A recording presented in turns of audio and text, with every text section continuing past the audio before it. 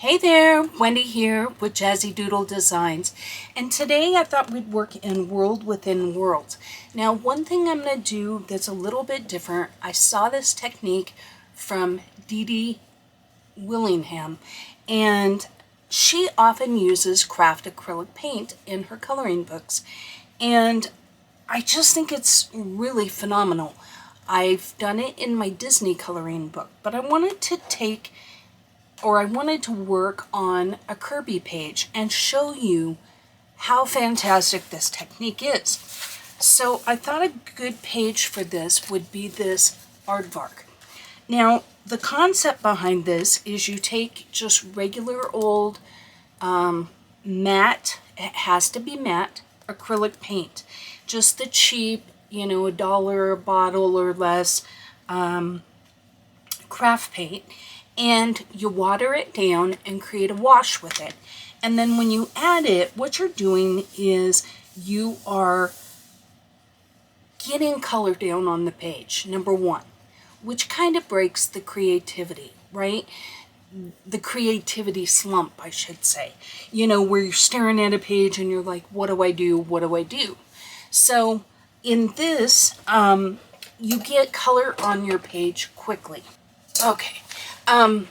That allows you to get color down on the page quickly, which can be, when you look at this is an awful lot of coloring. So the idea is if I can put this down as a wash, that will become my base layer, and then I use my pencils to add the details.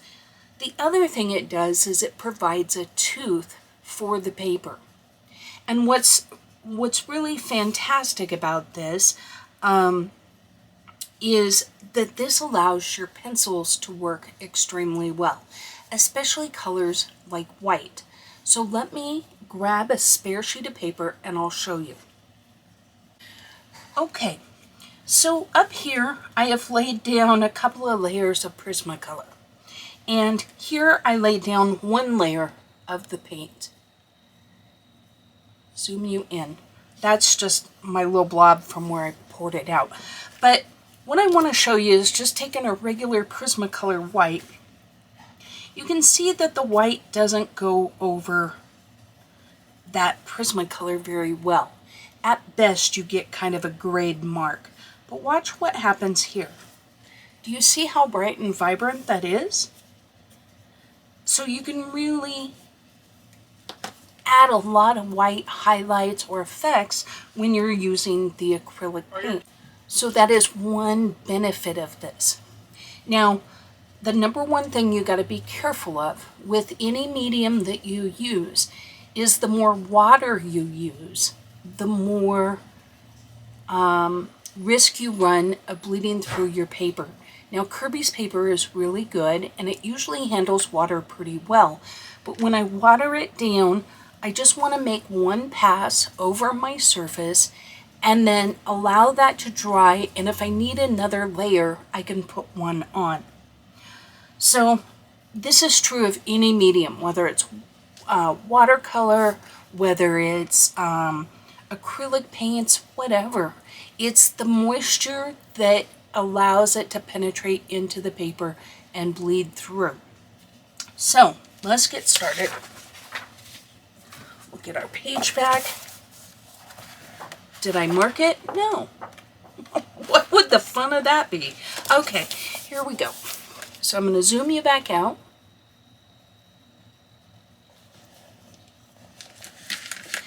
And I'm going to use something fancy here. This is a lid just to a container. Normally I use something like a cottage cheese lid or a coffee lid or a plastic lid like that. Do you think I can find one anywhere in my house? Nope. And I threw away the one I had used prior to this. So you're going to need some sort of surface where you can mix your paint with just a little bit of water. We want it watered down enough that we're not covering up our color pencil lines, but not so watered down that we don't get the color down on the paper. So we will experiment with that. I am no means an expert at this. Like I said, I learned this from Dee Dee Willingham, and I will link her in the description box below. She has a lot of, she does almost, I think she only does lives. In the past, I know she's done some videos, but I think as of today, she's only doing lives. I believe Mondays and Wednesdays, like from 8 to 10 Eastern time, I believe. So I will link her channel below. But let's get started. So I picked out, this is celery green. That's going to be for the cactus. And then our little aardvark guy, you know, they're kind of they're like a brown gray type of color. So what I thought I would do is use this light mocha for around his little face and a little bit right here in this part of his body. And then I'm going to use this Portobello for the rest of it. And then I can go in probably with some French grays or something like that and add the details, because they definitely, all of these little hairs will be adding some color. But if I don't have to put all that down individually, that's going to save us a lot of time. So what I thought I'd do is start with this color and add it in, and then mix this color a little bit with this one so I have a lighter color. So let me zoom you out just a touch. All right, and then maybe I can adjust things here to where, there we go. That way we get everything in camera, so you can not only see me apply it, but you can see me mix it as well, because that's part of it. And that is definitely part of the trick, right? Is how much water do we put? Now I am using a Filbert number 2. I just feel like this is a big enough brush that I'm not going to be taking all day, and yet I can still kind of get into some details. So that's what I'm going to be using. You can use any brush you want. I don't think it has to be a flat brush or a filbert brush or anything like that. So, light mocha, Deco Art. Make sure it's shaken up well.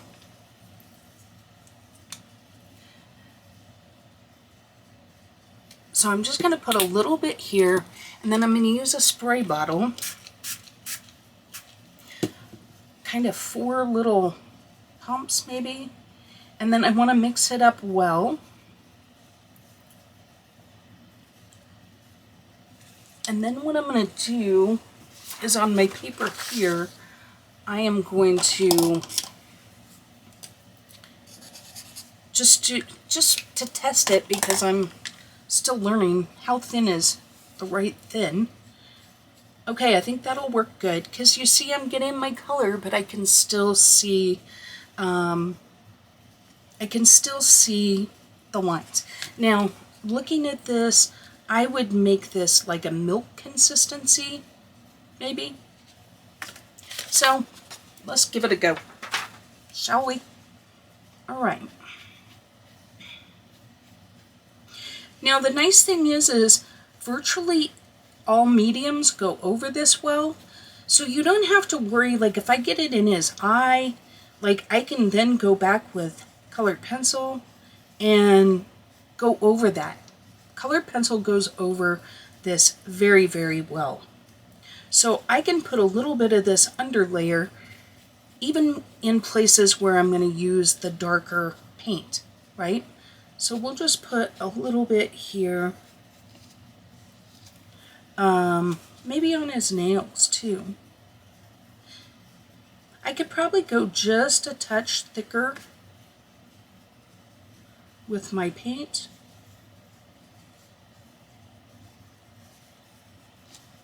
Okay, so you can see I got just a little bit of warping, but nothing is bleeding through. So we're good there.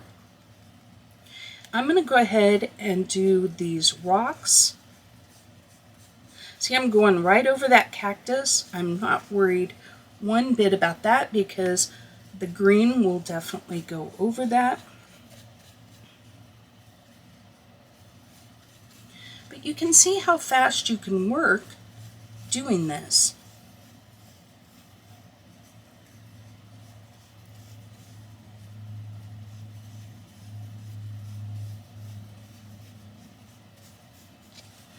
Okay. All right, so now let's add a little bit of our portobello.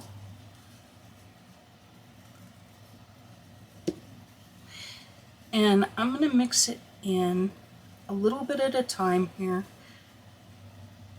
until I get kind of the color I want, because I think I will test it again here, but I think I can add paint and not really, you know, if we went to maybe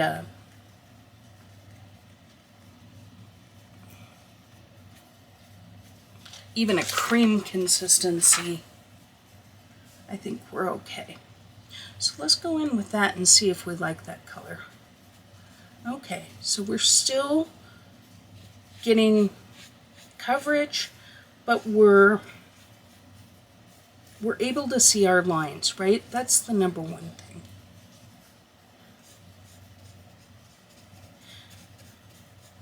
And I'm not worried about the cactus there.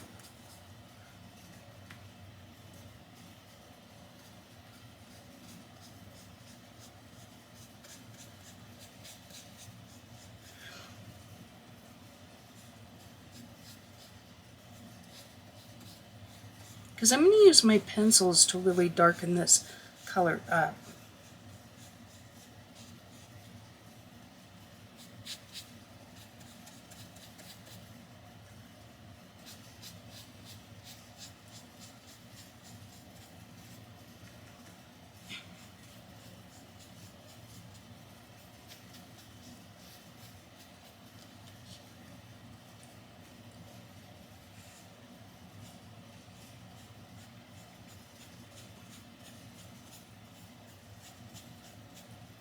And I'd rather put this over the cactus and have this brown all the way in there, in between the cactus, right? Than vice versa.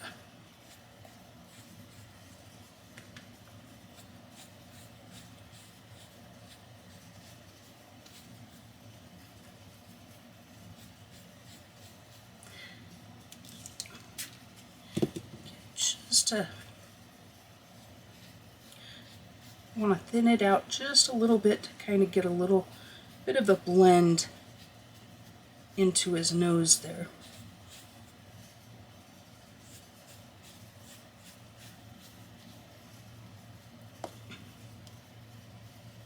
Okay.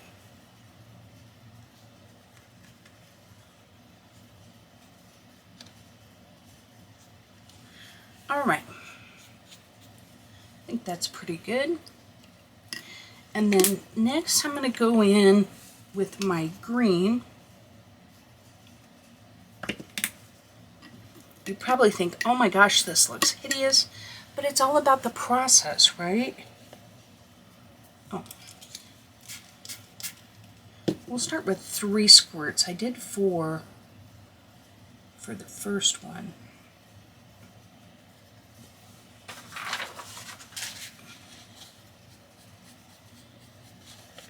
And then look at that color and see if we like that color. Do we want to mix it with just a touch of this light? Make it just a little bit lighter. Okay.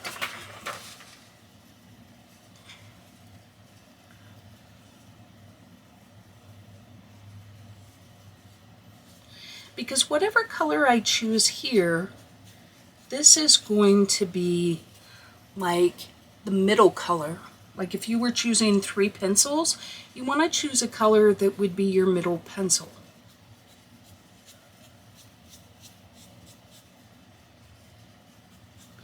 I think this is probably a good starting spot. I am going to add just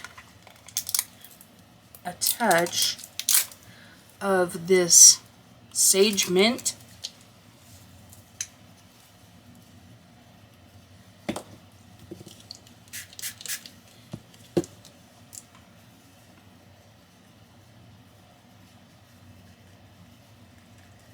See if we like that.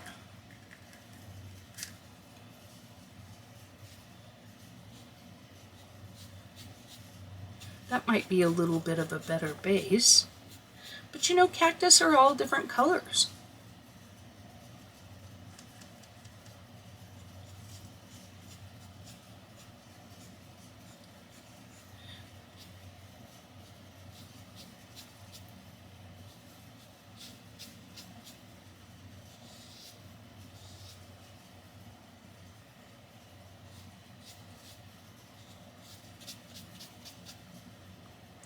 Probably would have been better to stick with just one green, right?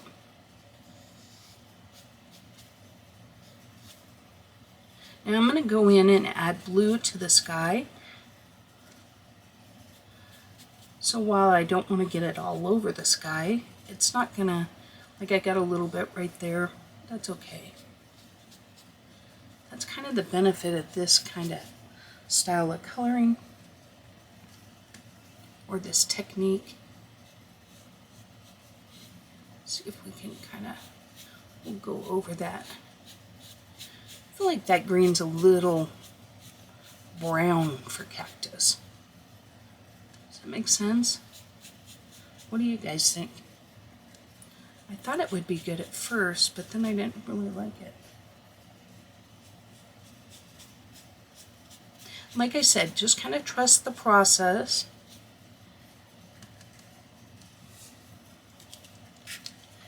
Add just a little more water.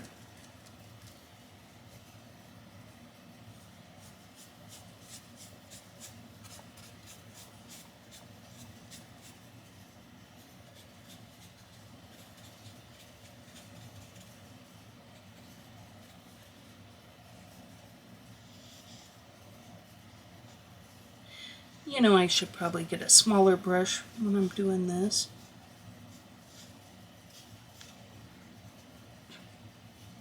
But y'all know me. What do I always say? I'm impatient. And I think that's why I like this technique so much. It's because I am kind of impatient, and I like how fast the base layer goes on. I think it makes these Kerby pages a little more manageable.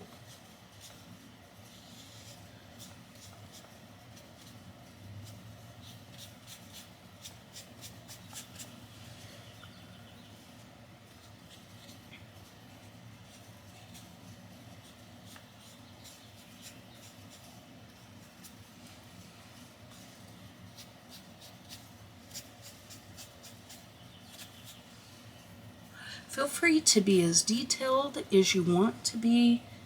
Like, if you want to get fussy with this and make sure you don't get it on the rocks or whatever, I'm down with that. You'll probably end up with a better result. So periodically, you probably need to rinse your brush because it does get a little bit dry.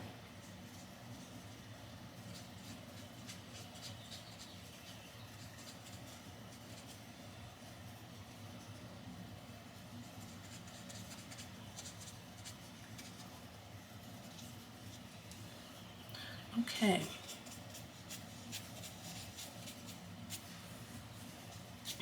Now don't do like I do and get a little blob.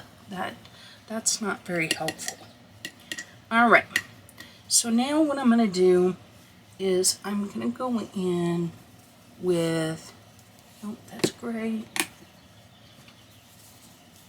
Folk Art Matte Sky Mist.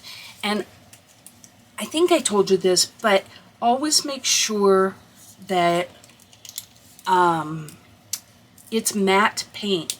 If it's a gloss paint, your colored pencils don't color over it as well.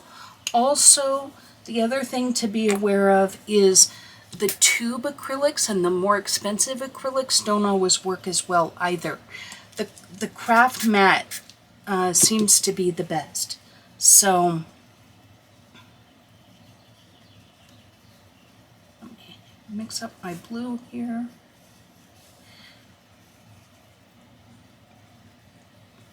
Now there's a little green there, but I'm not too worried about it.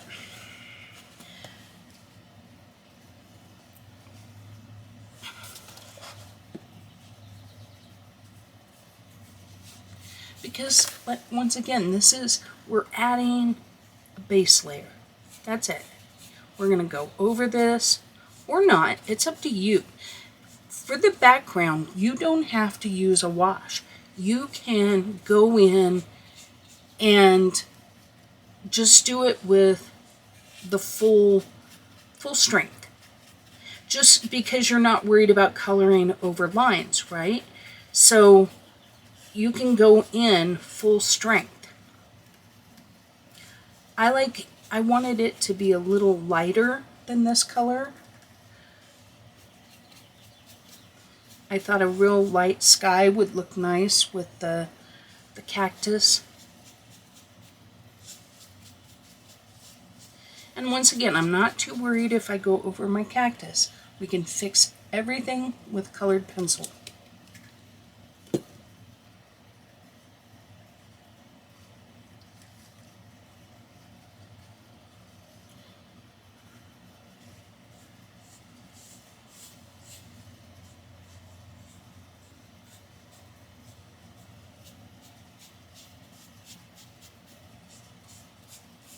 Probably painting in one direction will give you the best results. Do I take my own advice? Not often. This color is so light, I am absolutely not worried about going over those mountains. You can see my page start to curl just a little bit. So I had someone ask me, they had watched my video, you know how I spray the back of the page? Well, they had colored on the back of the page, so they were wondering what to do. So in that case, what I do is I iron the page. And the reason I don't do that for every page is because I find it easier to use the water method when it's available, because it's faster for me than digging out my iron. I'm not someone that irons on a regular basis. I tend to buy clothes that don't require ironing. And so I have to dig out my iron. But you can iron your pages. You just put a tea towel or a pillowcase works really good. You just stick it in face down in your pillowcase, and then you heat your iron up, and you just keep your iron moving. You don't want to let it stall too long at one time. And while it's hot, you've ironed it a few times, you've went back and forth over it a few times, then what you want to do is put heavy, oh, well, we got a little green there. You want to put some heavy books on it, just like you would with the water technique, and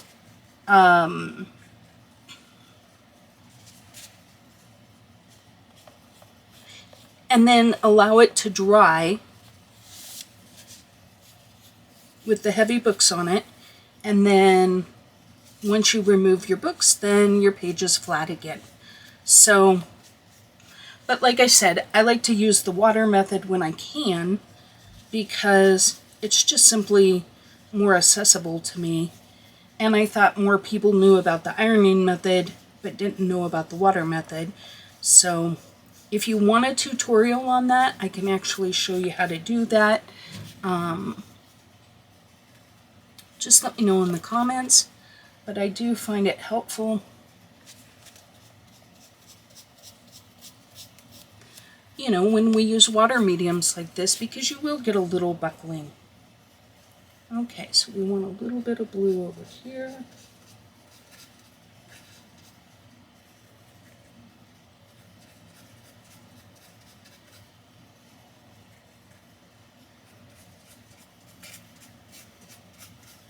But guys, the whole point of our coloring journey is we want to have fun, right?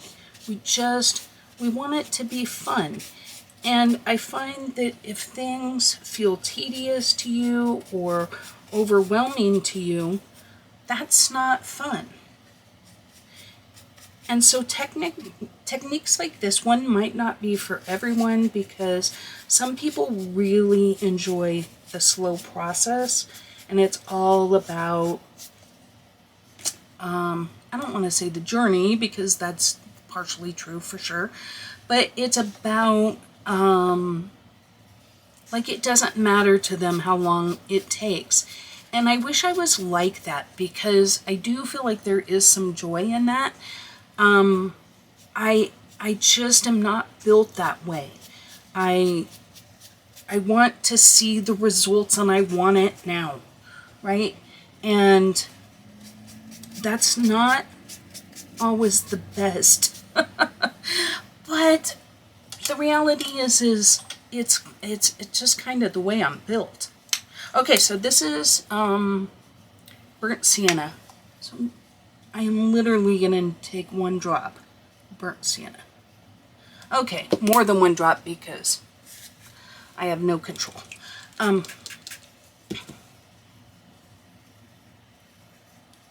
You can tell this is not a fussy technique at all. I like that I got a little bit of that light in there, because quite honestly, this is a touch dark, but I just want to add a little bit in here.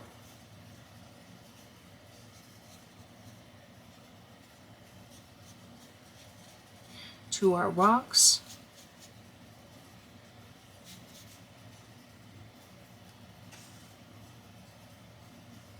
But see how that blue sky just goes away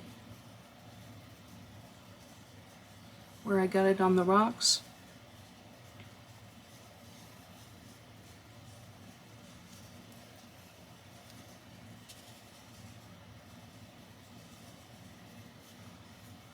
I really should get a smaller paintbrush. But at this point, we're almost done with this part of the technique, and so I'm not going to.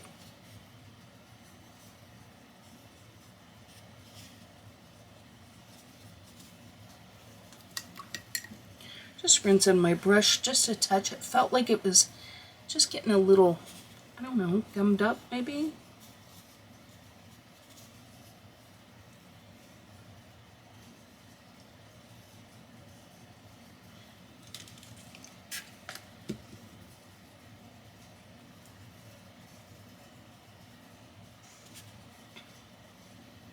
But what's nice is it doesn't matter if this is a slightly different color, because they're rocks, and rocks are different colors.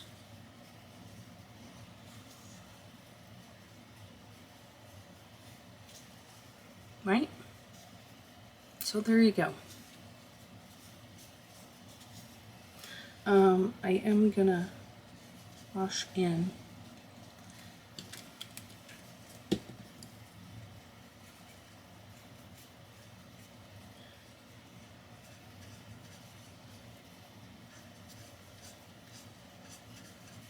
a little bit of that color down here as well.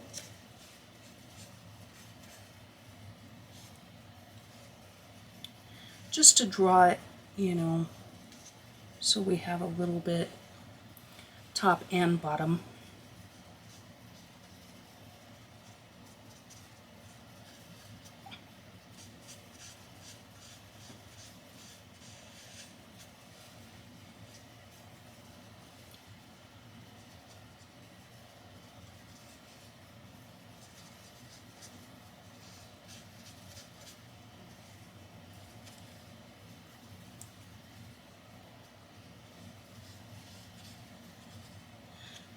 This is why I don't do a lot of these live, because I forget that I gotta talk. Because I'm used to doing the voiceovers, so I forget that you all are waiting for me to say something, anything. If you're just listening to this video, you're like, what is she doing? Why is she not talking? Well, because she's kind of going into the zone. Right? That's why we do this, to get in the zone, right? Okay. Now, is this perfect? Nope. Is it okay? Yes. Just try not to leave little blobs, Wendy. So, this is our base layer done. Now, I know I'll get better as I go on. I will say if you let this dry, you can usually peel this off of most plastics like coffee can lids or cottage cheese lids, sour cream lids, stuff like that. Even yogurt lids or whatever. The bigger ones are probably better. But, so I'm going to set that aside. Now you want to make sure this is completely dry. So I'm going to go ahead and hit it with a heat gun just so we can move on. Okay, so one thing I want to point out to you guys, do you see how thick the paint is right here versus right here or right here? What we're going for is more like right here, with the exception of our background.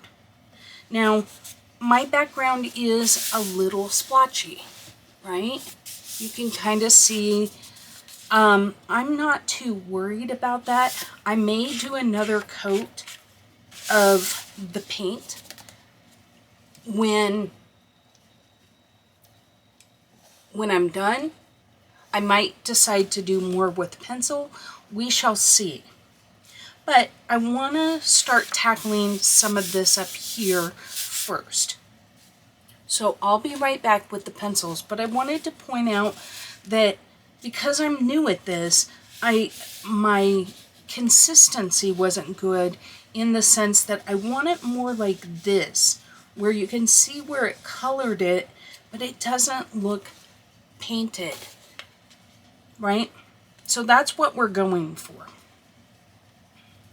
Okay, so what I'm going to do here is just start adding my details to this page. So here where we've kind of went over it, I'm going to draw some darker lines in.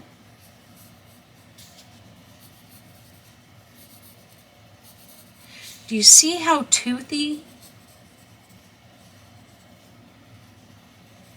this makes the paper?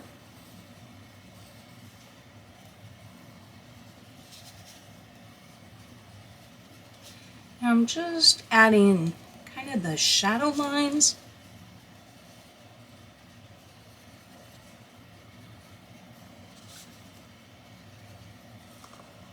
And I'm just going to do a few at a time.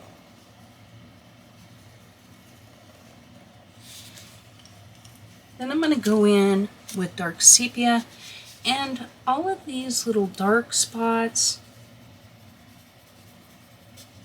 between the cactuses. We're gonna add some shadow here and then kind of go back over it with our green.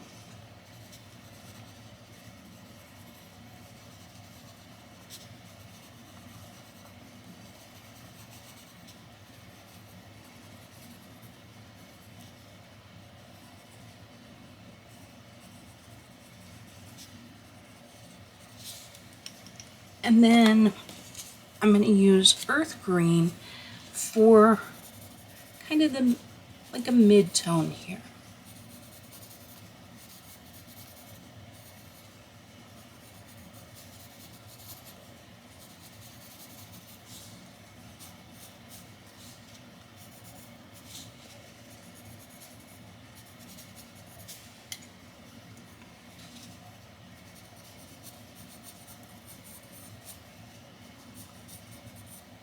Now you can leave that green completely alone if you'd like.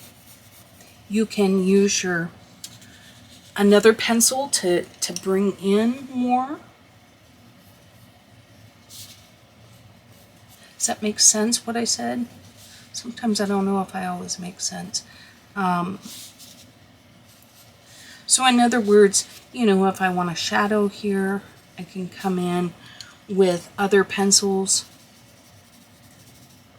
and blend it out, and then just use this as my highlight color, right?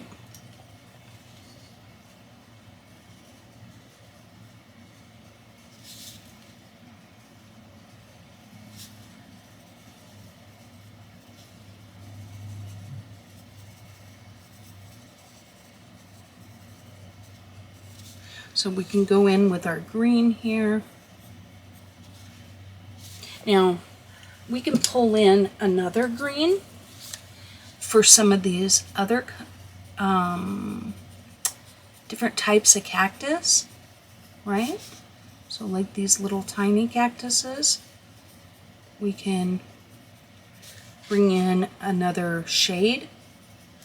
So we have different greens. And then maybe even, I'm gonna go too light.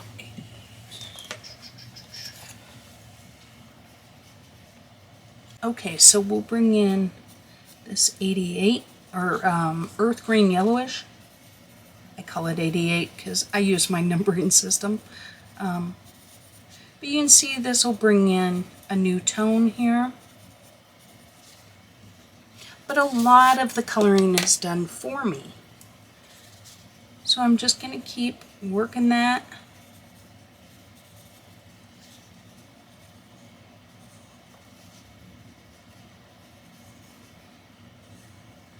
So here where I got a little red in there, just go in with my green.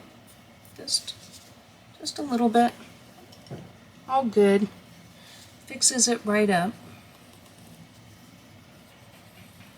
So my main color is this olive green yellowish.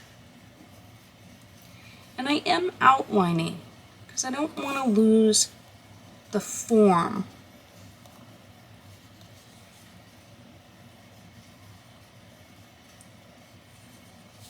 Right?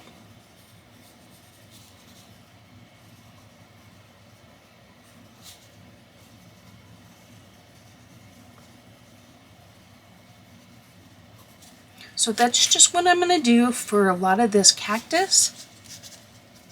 And I'm not going to do it all on camera because I feel like it would just be kind of repetitive, right?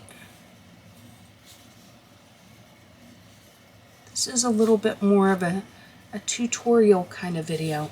So I'm going to pop back in a couple of minutes, or if I get to like when I'm doing this cactus, I will bring you back in. Okay, so I'm going to add, I've done a little bit of this. There's still more to do, but I want to add a little bit of color here. So some of these, like, they're kind of like flatter. I'm just going to add a little bit of color here.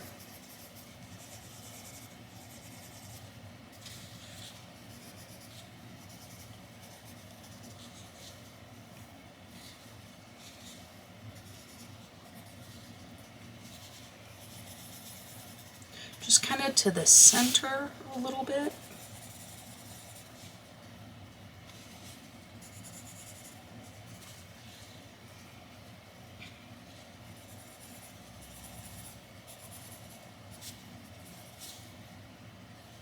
It doesn't have to be all of them, it can be some of them.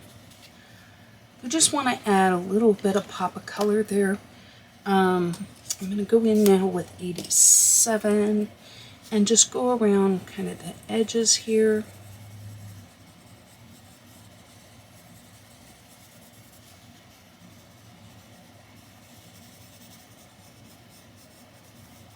Just kind of blend it in a little bit with that.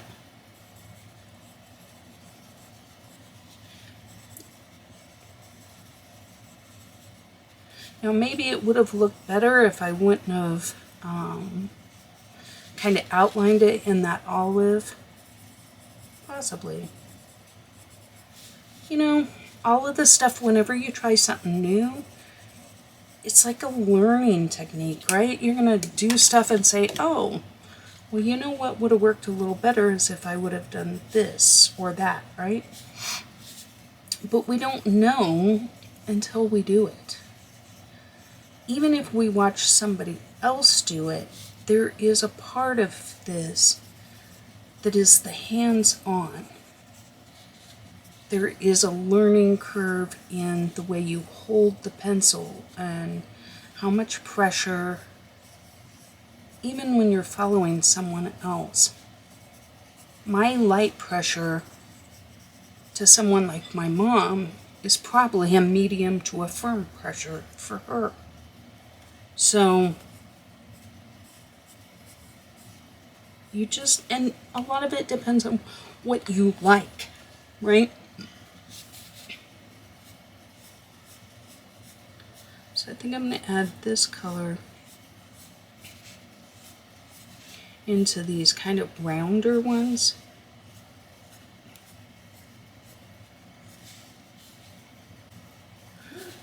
Okay.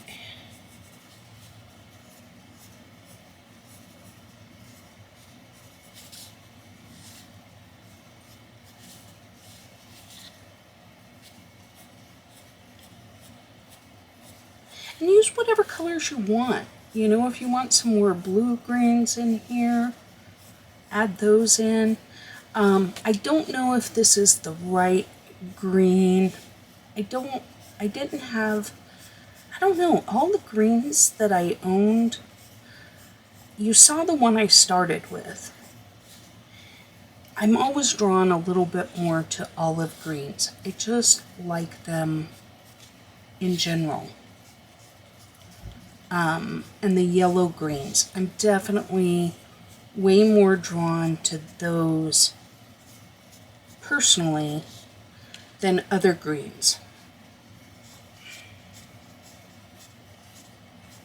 So if you're drawn to more blue greens, definitely add those. Pictures look good that have both. Okay, now I'm going to take this color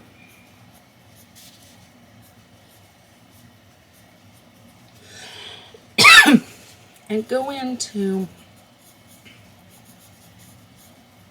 maybe the shading of it a little bit.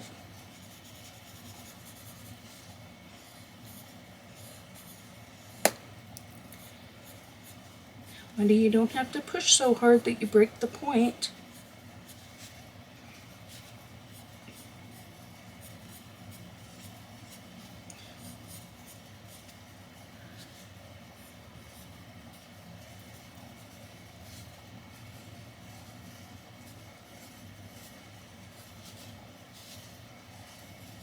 And don't sweat the small stuff, you know? These are plants, they're going to vary. Give some more dark green than others. Add more yellow in others. Right? That's what makes them unique. I'm going to go back to that lighter color. Apologies.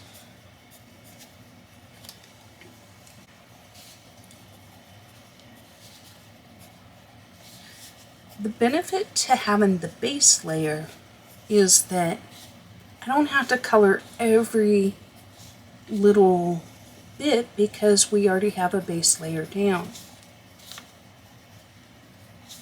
Right?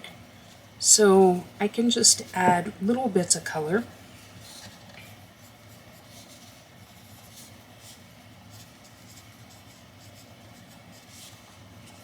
And the picture's still colored.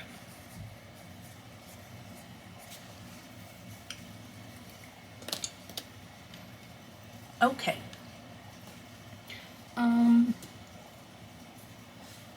Let's go in with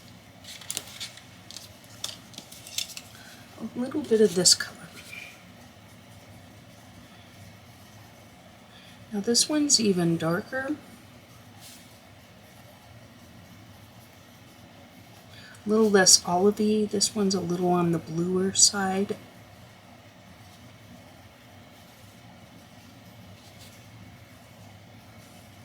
Make sure your pencil's sharp. And if you rotate it, it'll help keep it sharp.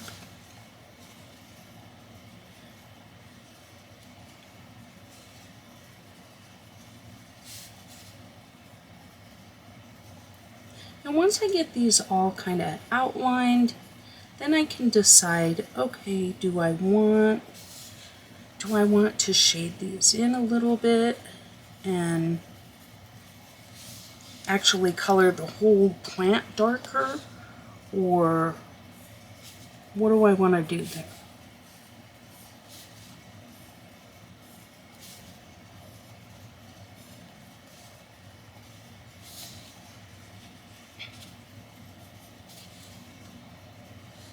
But you can see it kind of come to life.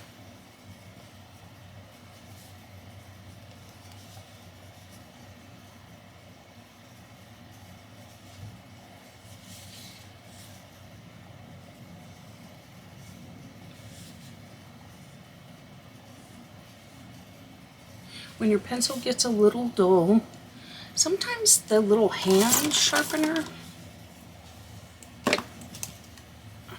like this, just a little, doesn't need empty. Yep. Okay. You can go in and just get just the tip.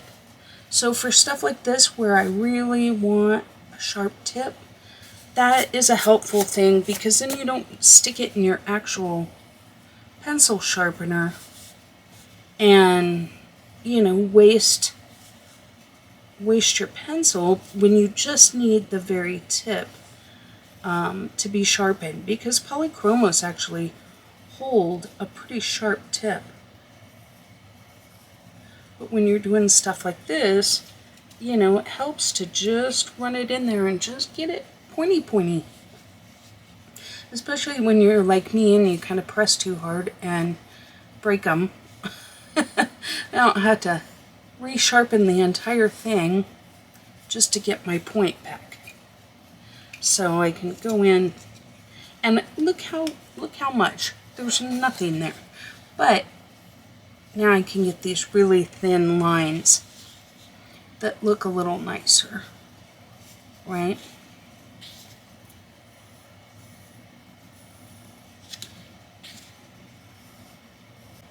Okay, so I'm going to use this burnt ochre and just kind of get where maybe I missed. Kind of clean things up a little bit. See how nicely it just goes over that colored pencil? And it'll smooth it out.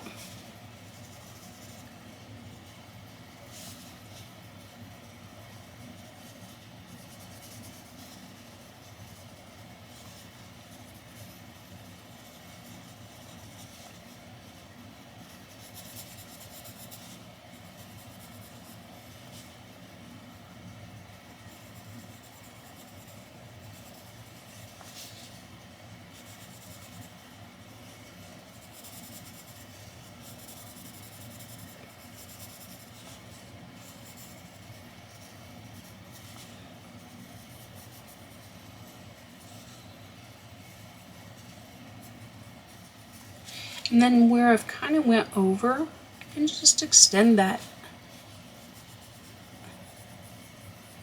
just to make it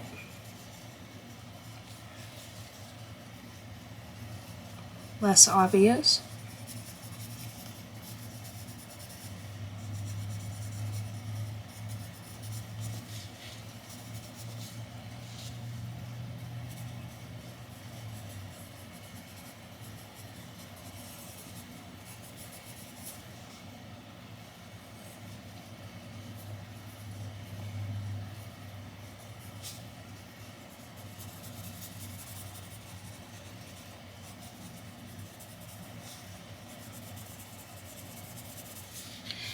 And if you know, mess up, you just erase. It erases pretty well off of there.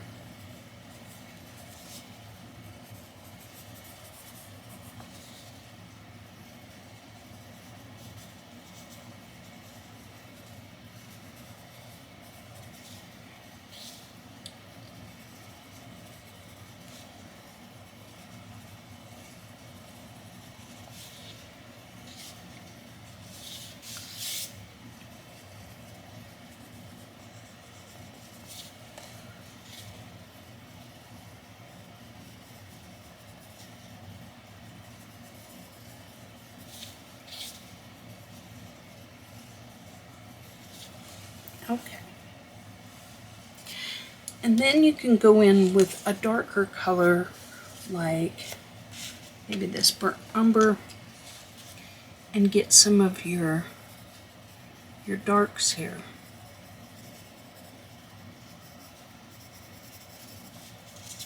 Right?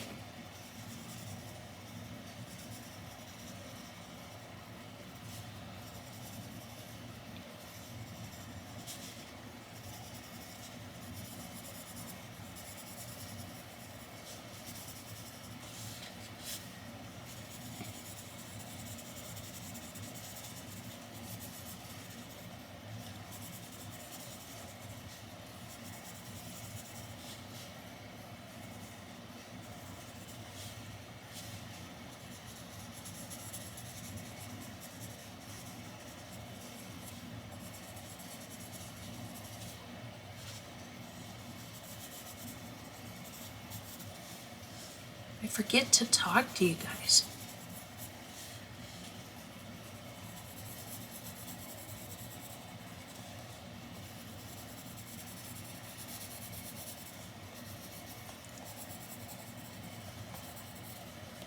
But I'm just going into where the darkest shadows are with this color, right? Now this is my darkest color that I'm going to be using on the rocks.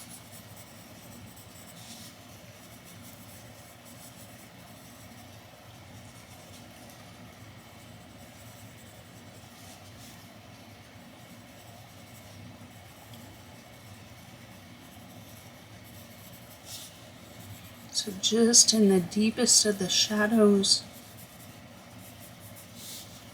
right?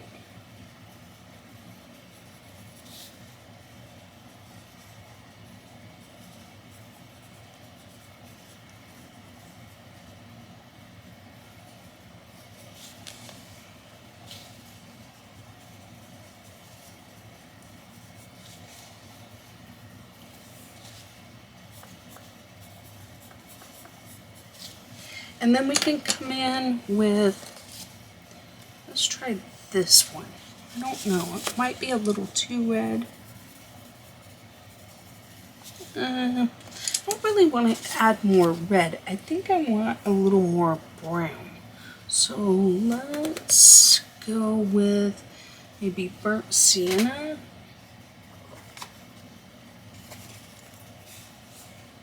Yeah.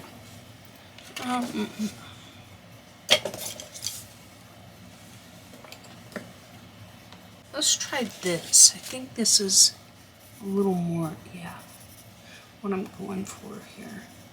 Just kind of blending out maybe the transition from the dark to light.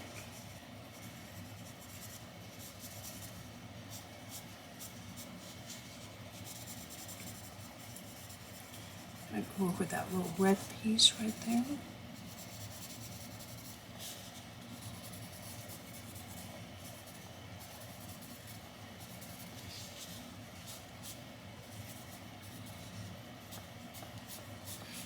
You can make these any color you want. There's no right or wrong here at this point. I mean, these are just simply, you know, mountains that maybe you want them tan or light. And then we're going to do the same thing down here. Kind of going in.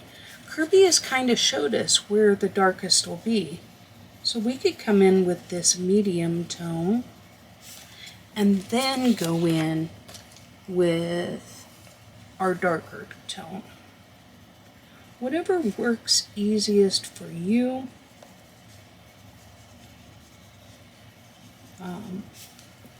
You know, and then back in with, was it burnt ochre? I think those are the three that we're using here.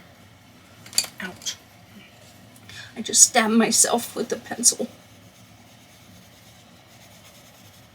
But we don't even have to add this color. This is more like here where, do you see where I don't really have the color? So this is where I would use that. But it's also about maybe you like the look of the colored pencil all over. It's certainly up to you, and I don't think it's necessary per se, but it does change the look a little bit, up close at least. I don't know about from a distance, if it makes that big of a difference.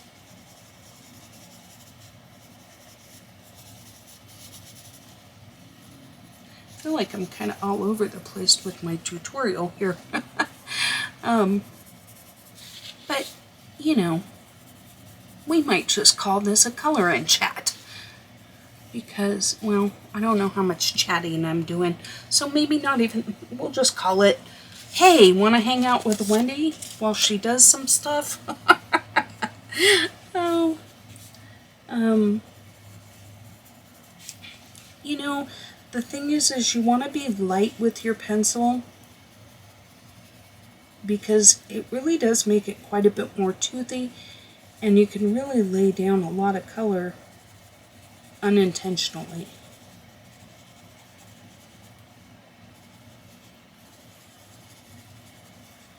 So keep that in mind.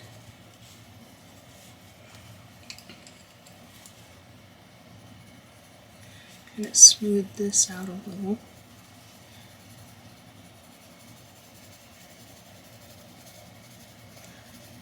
I always think of Sherry now when I'm working at an awkward angle, because I flipped the book one time, and I do try not to do that.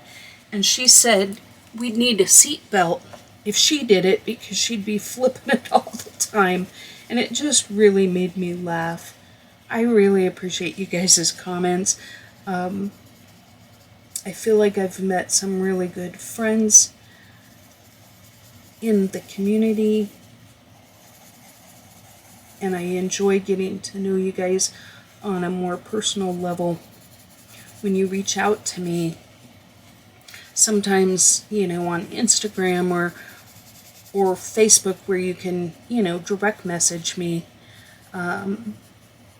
I think sometimes it's easier to share personal information, you know, if the whole world isn't privy to the conversation.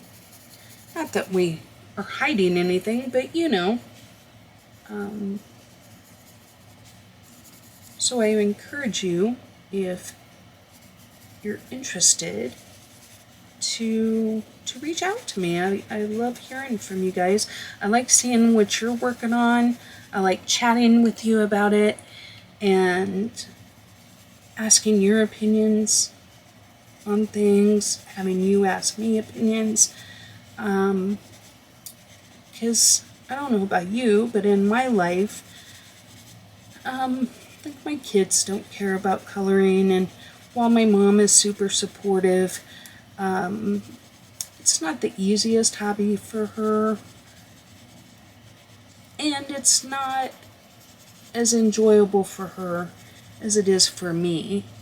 There's things she prefers to do, which is what makes us all unique.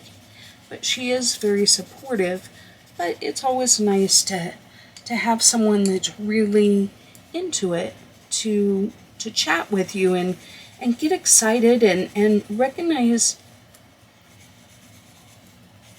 what you do for what it is, right? I don't think that unless you're a part of this, when you have that page that just really turns out the way you want it, it's hard for other people to appreciate the amount of enthusiasm you have for it. Or if you master a well, I don't even know that I'd say master, but if you try a technique and it turns out successful, like, you just want to, like, do the happy dance and share it with the world, and, you know, you share it with people that don't know. They're like, yeah, cool, yay. And you're like, no, you don't understand. This is a big deal. This is a really big deal. And I think that's my favorite thing about our community is that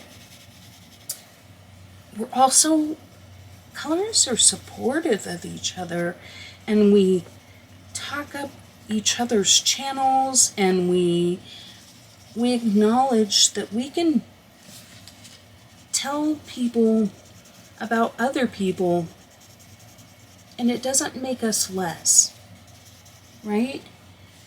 I think in the world there's this misunderstanding that if you talk somebody else up, that somehow you're minimizing yourself, and that's not true.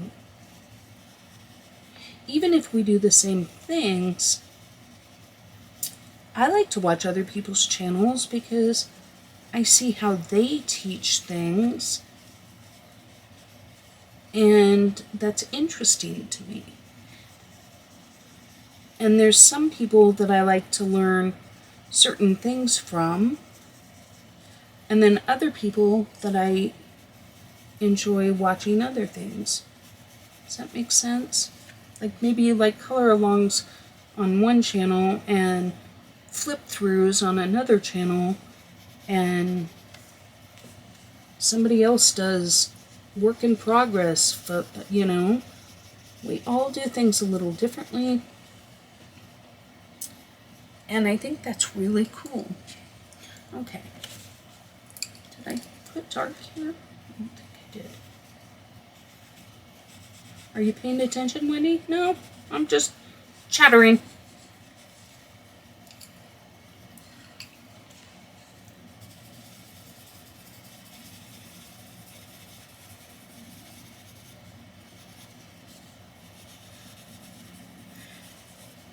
And I will say, if you're going to do this, you need to be careful. I wouldn't use acrylics, like paint like this, and then use something like a Copic marker, or maybe even a Tombow. The acrylic is a little, because it's so toothy, I think it would damage the tips. So be mindful of that. But on paper, like in the Disney book, I love using this technique. I think it's fantastic because that paper is so smooth, and by adding that tooth, it really changes the effects I can get.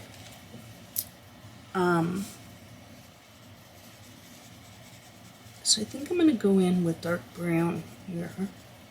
I could use a black,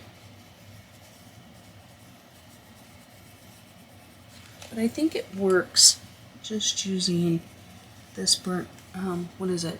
The burnt umber. Now this is really dark here, so I think I'm going to go in with the dark sepia.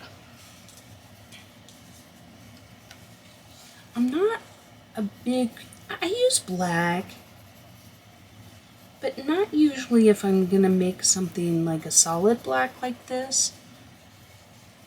I use black more to grunge up other things.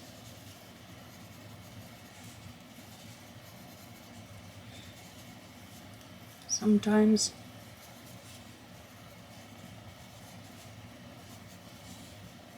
Okay, maybe even here.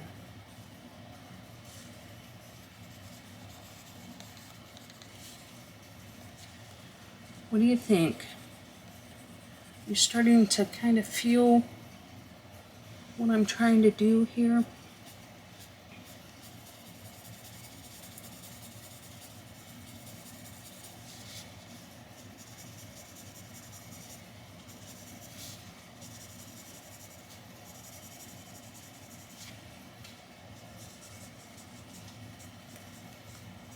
Here I'm going in lightly and flicking.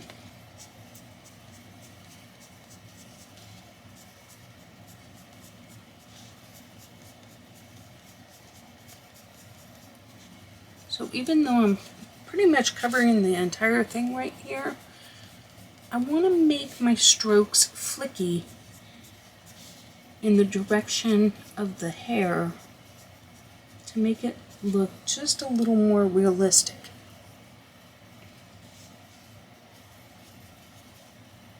Once again, keep your pencil sharp. Even just barely, I don't know if you can even see that, but just that much makes a big difference in your line strokes.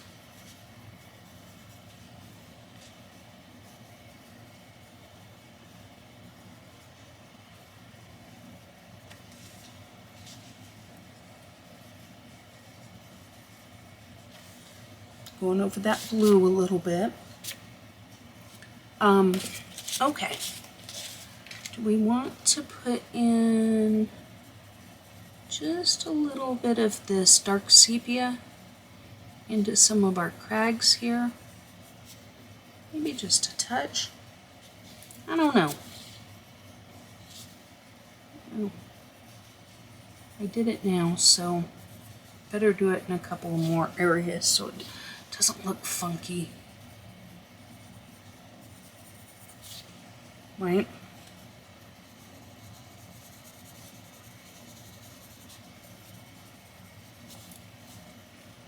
Sometimes if you do something and you don't really like it, sometimes you just gotta go with it, right?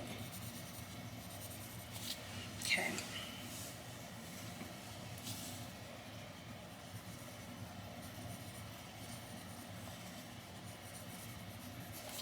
Okay. So I am going to take, what number is that? 8. So the terracotta and our yellow here.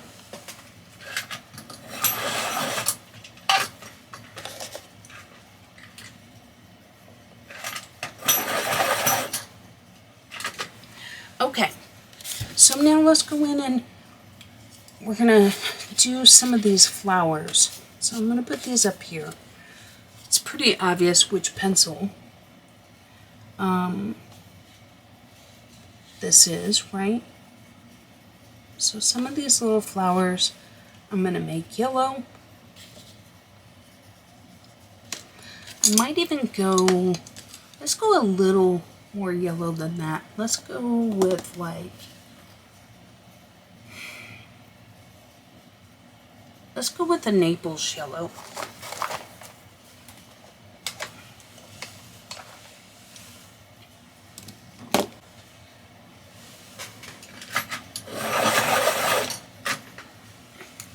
Okay, let's see. Yeah, it's a little better, a little brighter, right? You can see it a little more.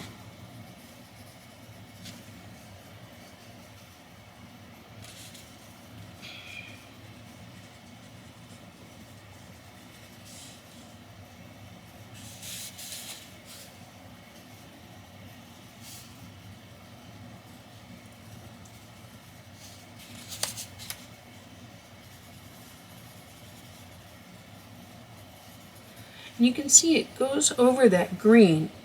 Great. No problem. Now, if you're using a wash of like a really dark color, you need to be careful because if you have to go over it, right, then you might have some difficulty. Okay. Now I'm gonna go ahead and I don't know why there's like one random. I guess these are kind of shaped like that too.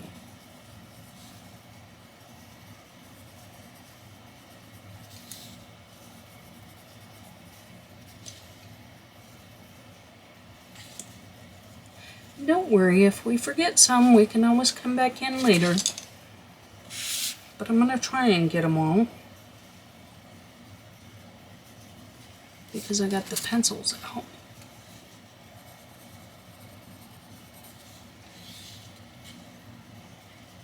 Okay. Now next up I'm going to go in with the orange.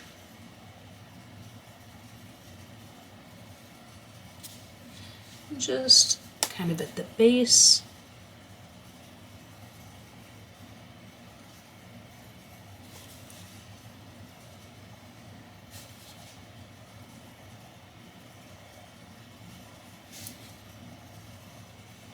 Right, I don't want it to be all orange, but I want hints of orange. And I'm not getting too precious with it. Little spikies and, you know, just some random color.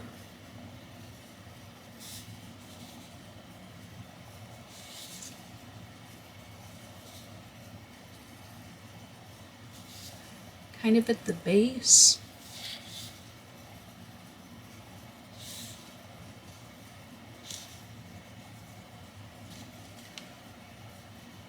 Okay, did we get them all? We shall see. We shall see. Okay.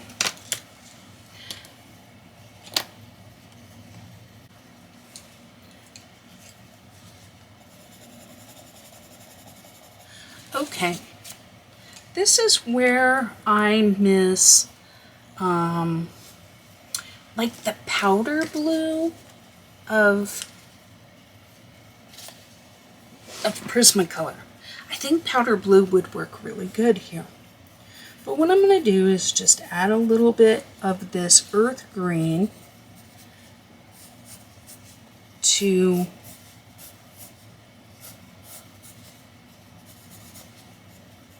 our cactus, like these tall cactuses.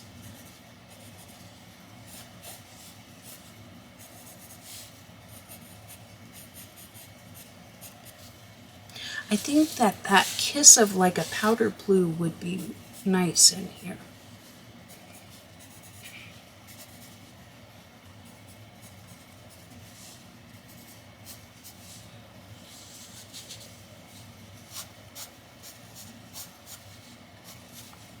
But then what I'm going to do is I'm going to go in with my cold gray and add a little bit of that in here as well.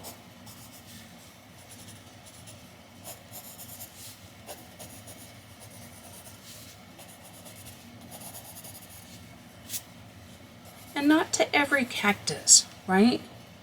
So just some of them. We want our cactuses to have a little uniqueness to them. Now these, I think we should go in with our 80, this chrome green opaque. And we're going to add more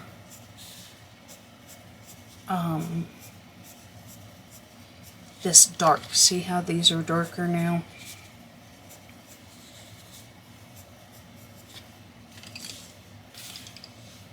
And maybe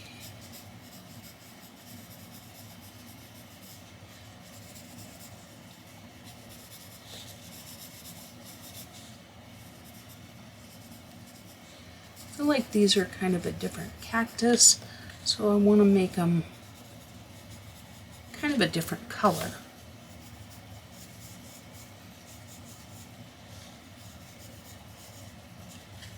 These are more like jumping cactus as opposed to the saguaro cactus.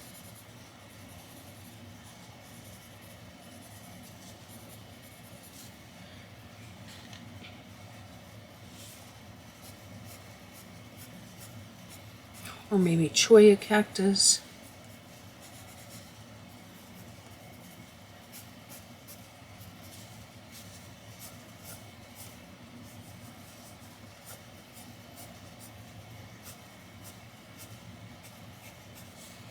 I just don't feel like this is the kind of picture that needs a lot of preciousness to the strokes, right? I think this one needs more yellowy. I don't even know if I'm going to put this up as a color along. I am so all over the place.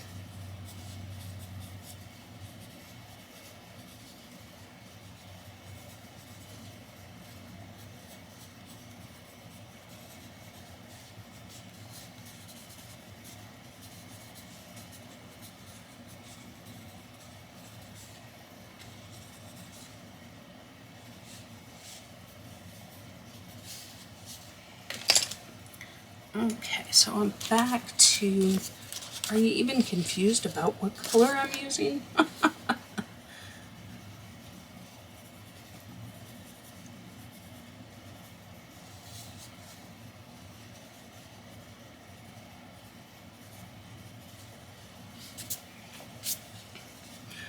Because I am. I'm confused.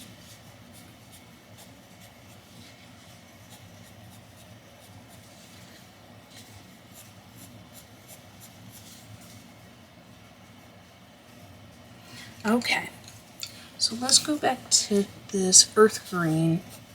Let's get our swirls colored.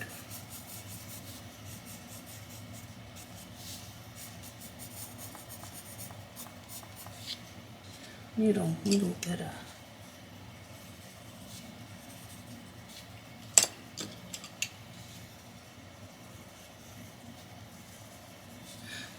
that was cadmium yellow and bay green, just for those little swirly bits there.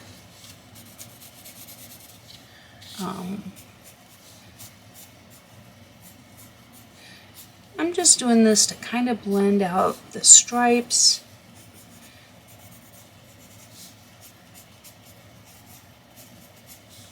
Make it look a little more finished.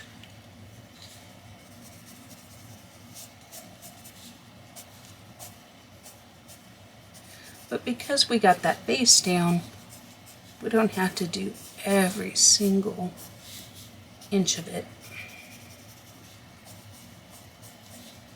Unless you want.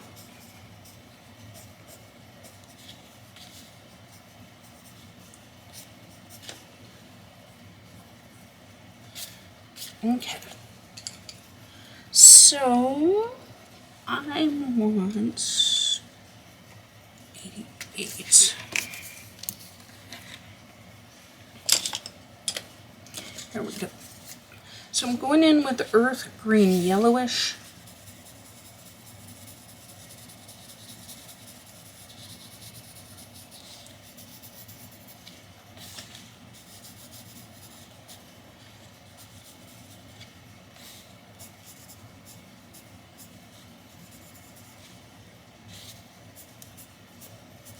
Now you notice some of these I've already colored.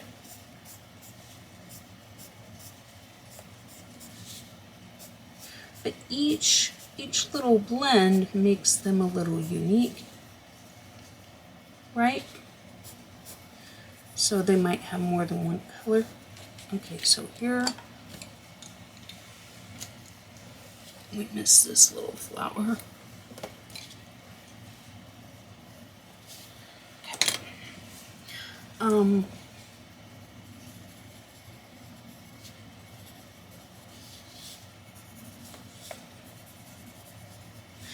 I wish,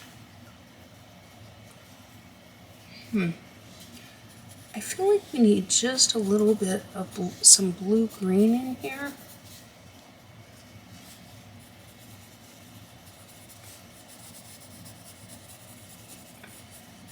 Just for some variance. But I'm torn.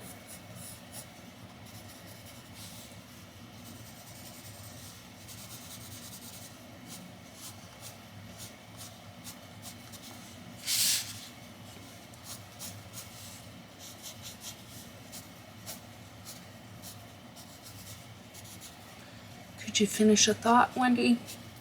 I'm just a little torn because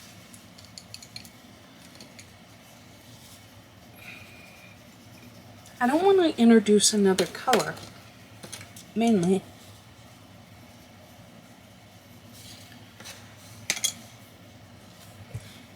I'm almost wondering about just introducing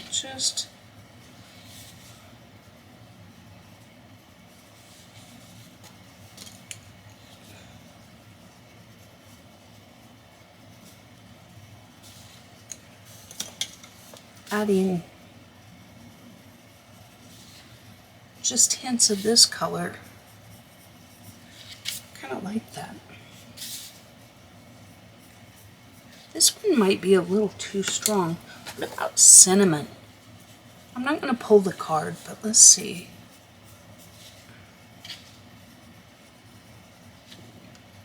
Yeah, I kind of like that. I don't know how realistic it is. I lived in Tucson. I've been to the Sonora Desert Museum. I think anything's possible in nature, but for the sake of my picture, I rather like having these random bits of cinnamon. Let me pull the card.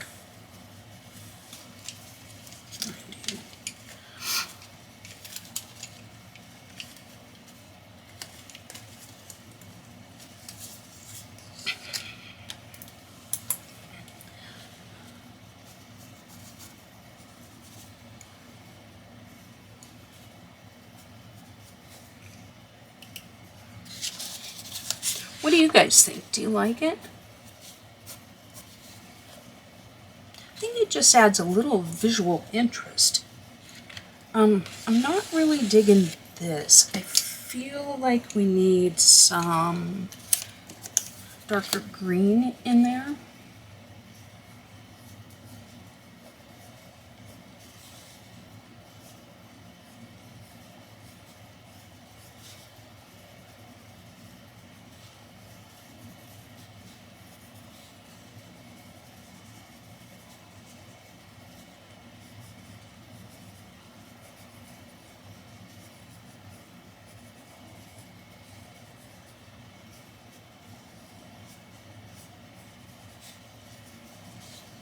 What do you think? Is that getting a little better?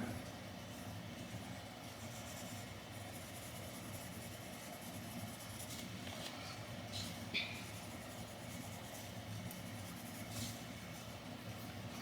think so.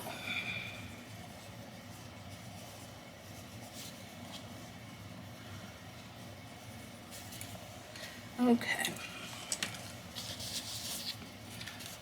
So maybe up here too, let's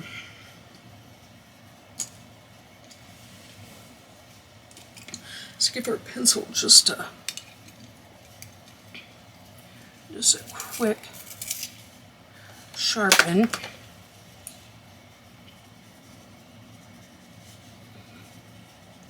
I feel like this green does a good job of giving us shadows while still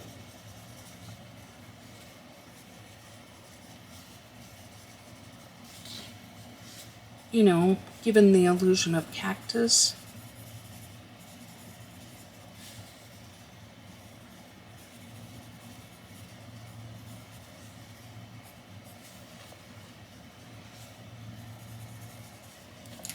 Okay. Here I was kind of testing some colors. Got a little dark, I think. See how that looks a little more natural? We want some darkness in there, in between our cactus, but we don't want it really black, right? And there was some sort of hidden object or something. It looked like there was like a crown there. But I didn't think this was a hidden object book.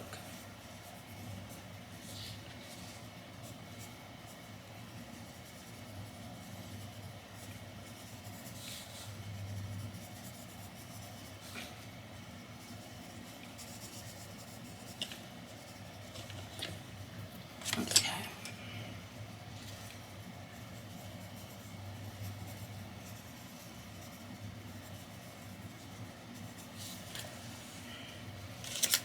What do we think? Are we getting there?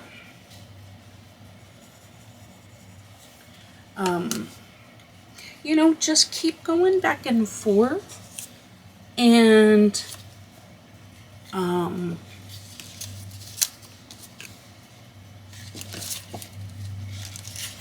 playing around with your colors. If something looks a little too bright, just tone it back a little. Right? Okay. And we'll keep kind of tidying this up as we go. I am going to use this color. Okay. Now, what are we going to do here? I think I'm going to go in with the dark sepia. And right here where we've got the dark lines, that's where we're going to go. Flick out. Keep your pencil sharp. Go in the direction of the hair.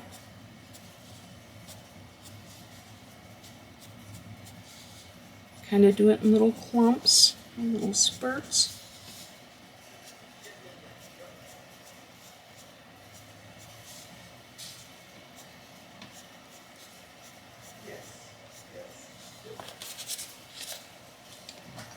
Okay, we're just going to keep flicking in the direction of the hair.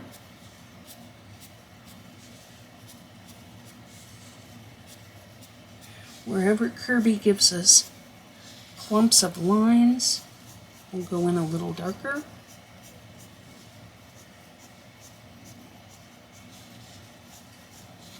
Here they're a little more spread out, so I'll spread out my flicks. And then here they get a little closer together. And same with right here on the nails, right?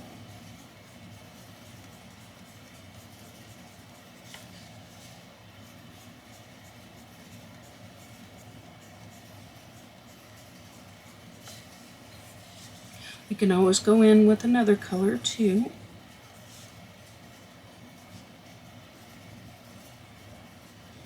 Don't forget to sharpen and rotate. Rotating definitely helps.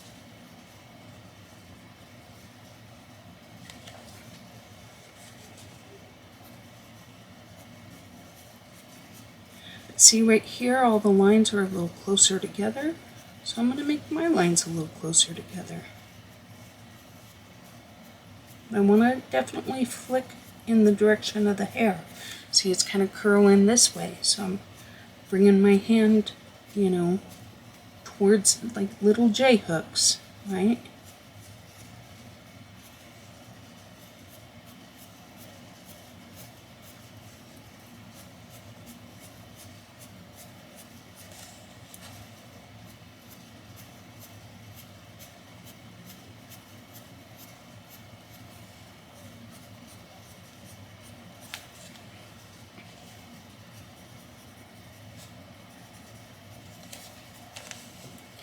Just move the paper to where it's easy for you.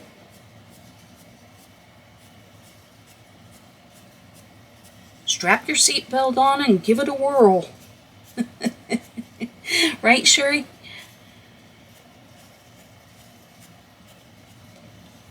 Okay. And just keep doing this. See how this is a little clump of hair right here? Here's a clump.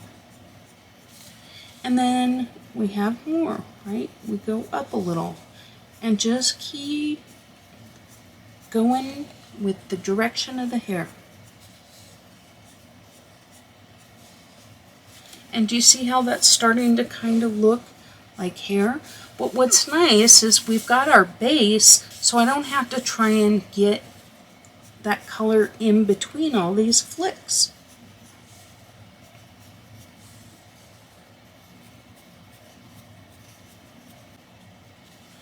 Okay guys, so I'm going to leave you to it because this is a lot of flicking. So I'll be back in a few minutes. I won't be done, but I'll check back in with you. And we'll go from there. Okay, so here we've got some hair and then dark spots. We're just going to do tiny little flicks, once again in the direction of the hair. So turn the book and get to where you're flicking from where it starts to where the hair is growing. And just do your best not to flick over these big pieces of hair, right? Sharpen your pencil as often as you have to. Turn your book, and you're just going to do these little flicks.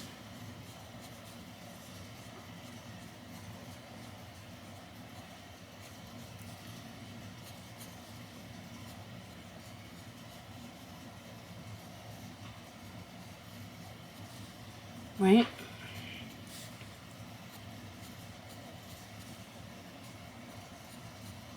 Rotate your pencil, keep it sharp.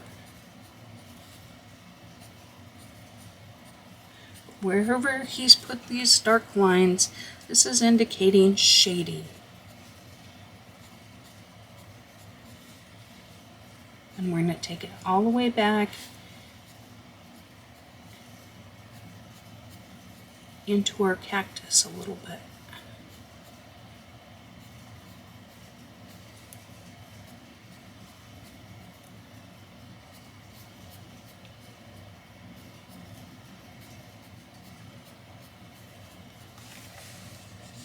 See how that's looking?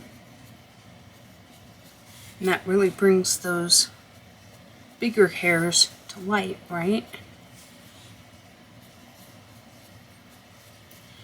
Should probably be a little more systematic than I've been. I tend to jump all over when I'm coloring. Those of you that have done some color alongs with me can attest to that.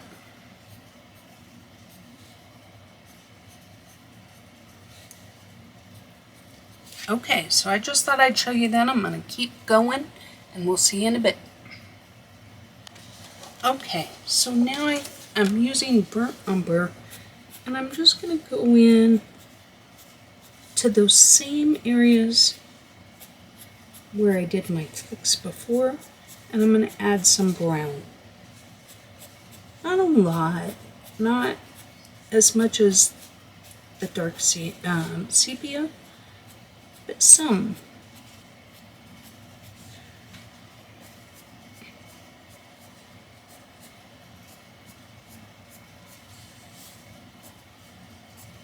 Because my thought is as I get lower, I'm probably gonna, I want to introduce some brown here to the face, but I want it to look natural. And I feel like adding this brown here kind of fleshes out a little bit more of his hair and makes it just a little more realistic. Now make sure you stay with the curve here. You want your flicks to be going with the direction. Change your paper if you need to get the proper flick, right? Short camera.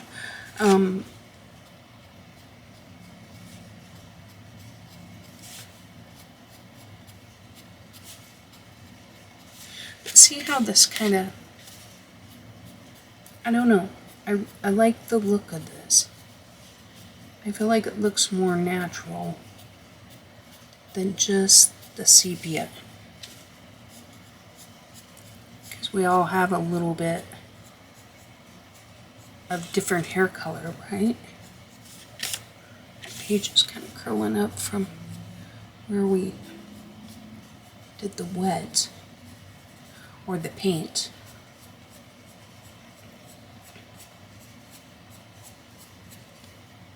Probably if I were to leave this overnight closed with maybe a couple of books on it, probably be enough to fix it. Because it's just this one.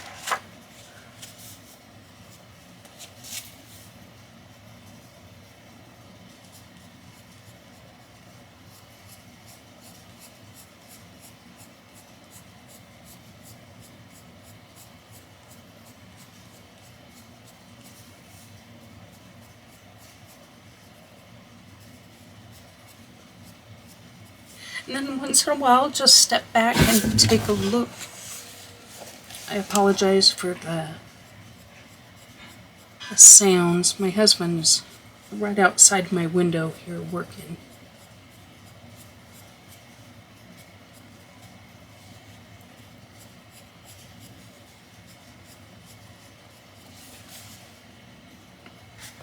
So just kind of step back, take a look, see where you need, you know.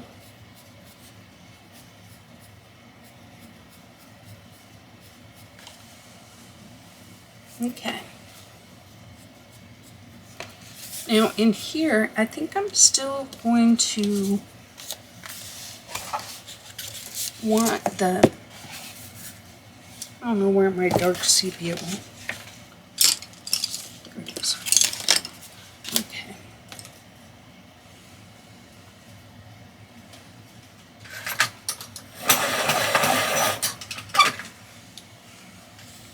All right.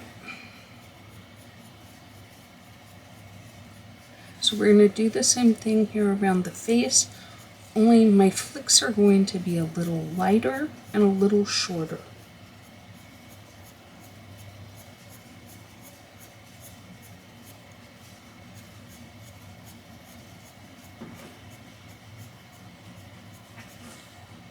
And probably a little more spread out.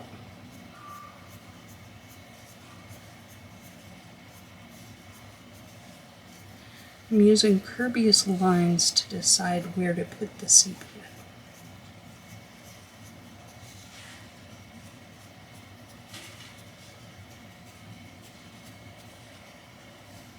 Now I feel like the hair would grow up here in an upward direction.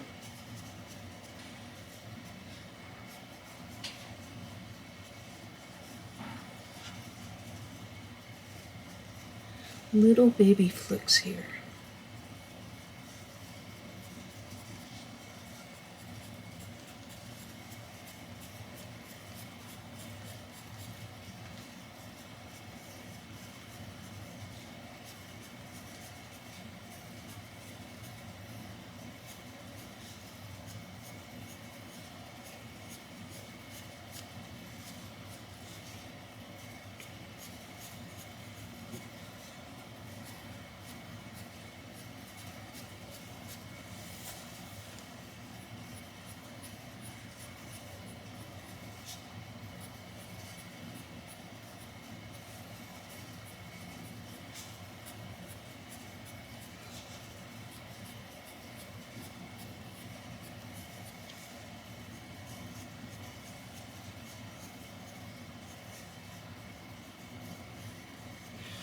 Teeny tiny baby flicks.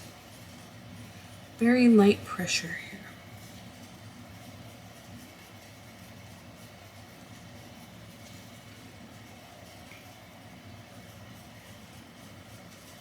And a little more randomized. Not so much in the rows, right?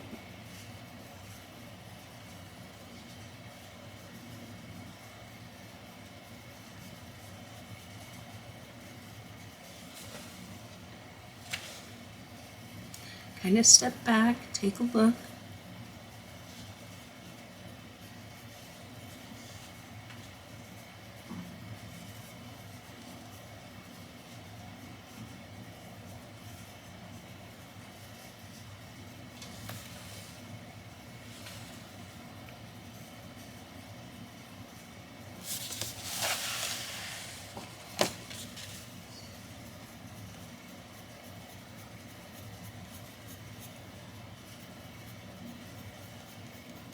These ones are a little denser.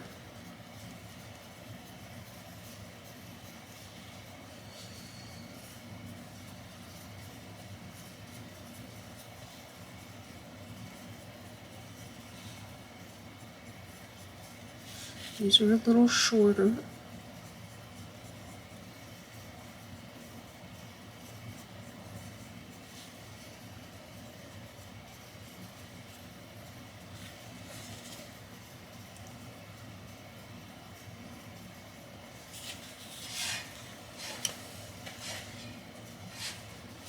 Okay, well, I got the book now. I'm going to go in with my umber.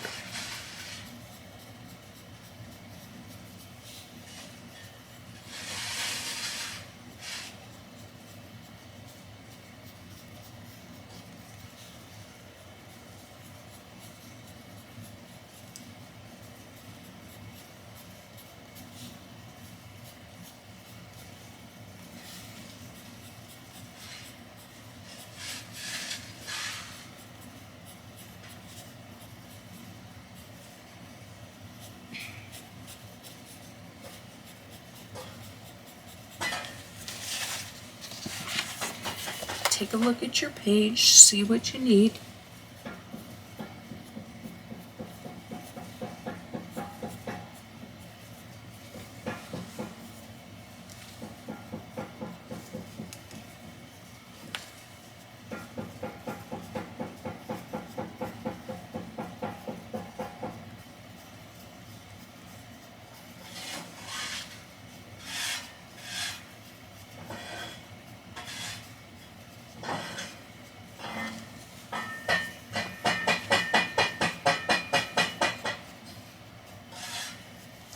Apologize for the shoveling and banging.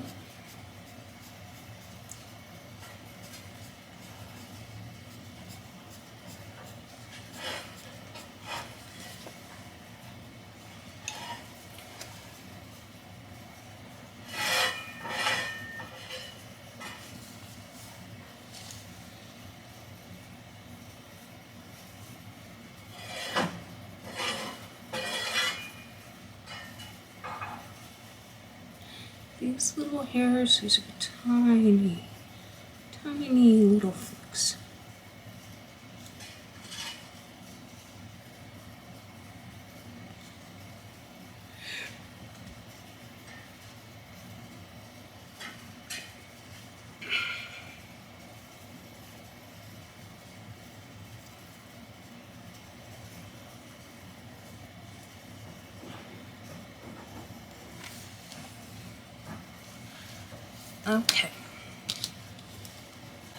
Okay, so I am going to use my paint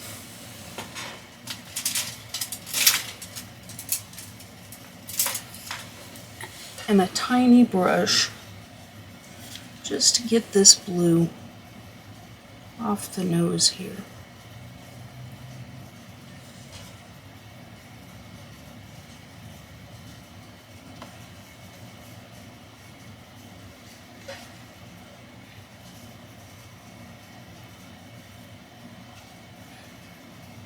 Colored pencil will definitely go over this. The problem is I feel like the ivory is a little too yellow.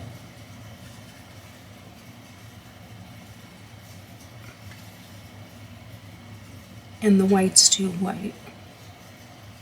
So I'll just touch it up with some paint. Okay, I'm going to go in with my black.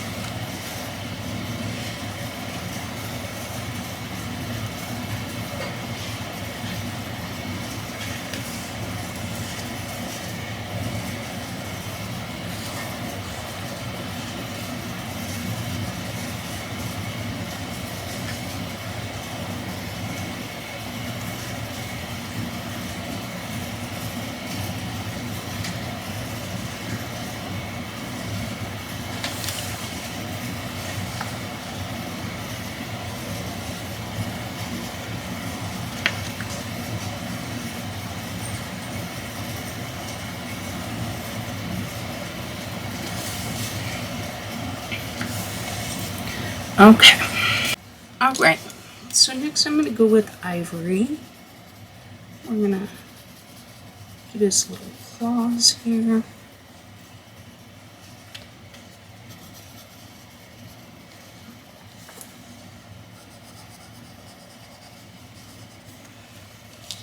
And then I think we need kind of a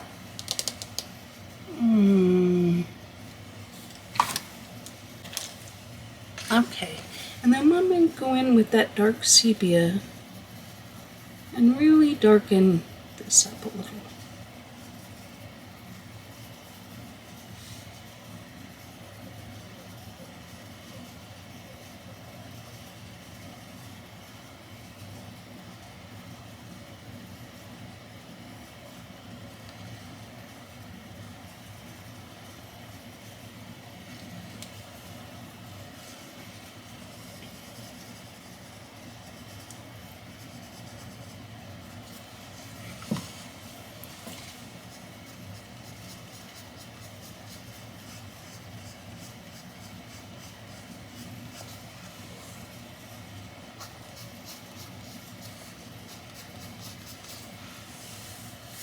Okay.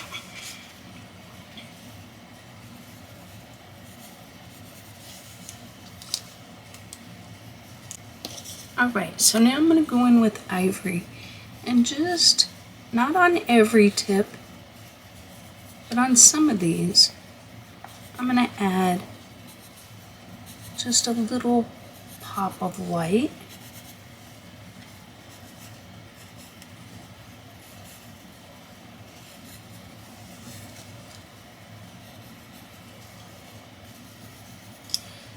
Not even taking up the whole hair.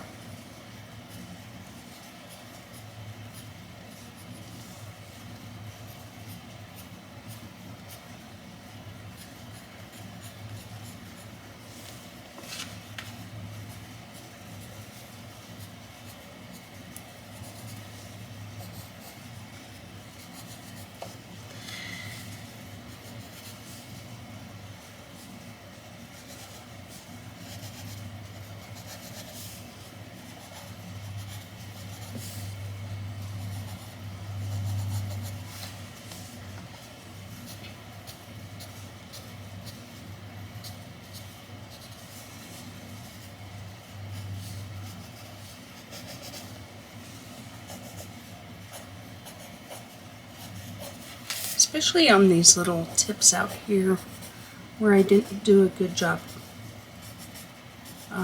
with the paint. And we've got blue. We don't want blue. But you see it covers that blue up nicely. And then we'll clean up the blue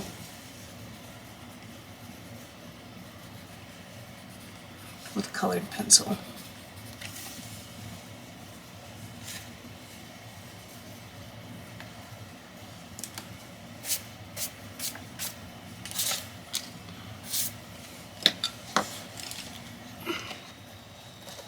Zoom out and take a peek. What do we think?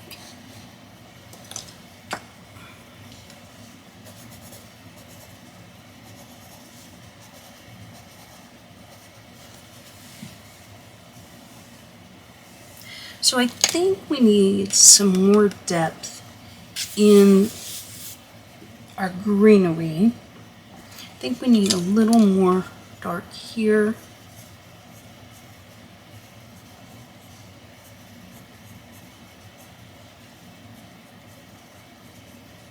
See how I'm doing them in little clusters?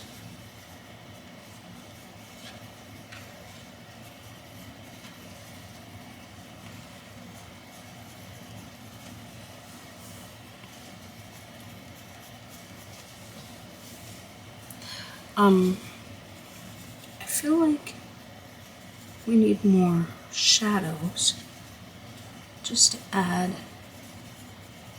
some depth.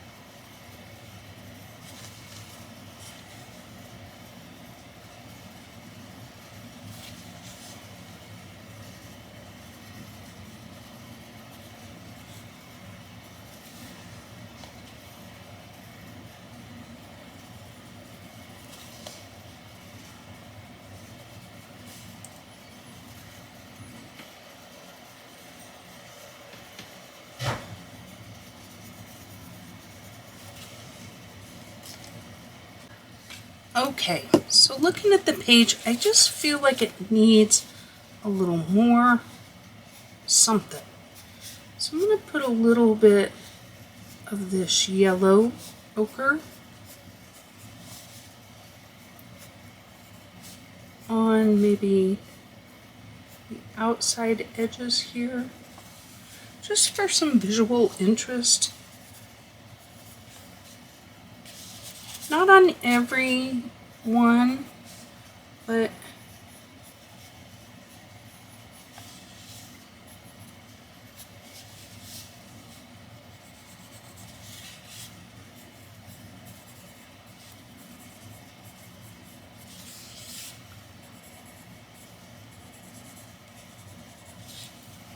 yeah, I'm kind of liking that.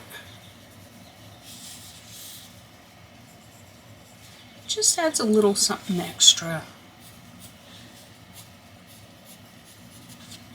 Right?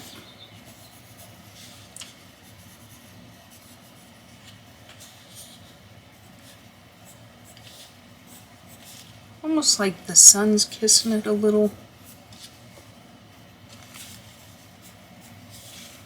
Okay.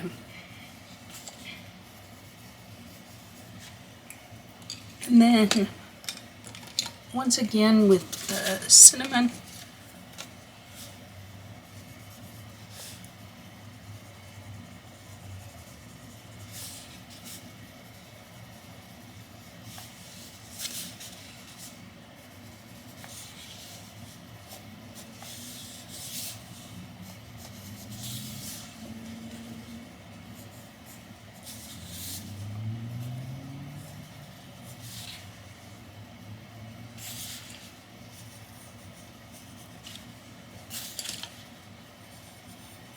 once again, I don't know how realistic this is. Don't really care. Oh, we didn't even color this. So, chromium green. No, not that one.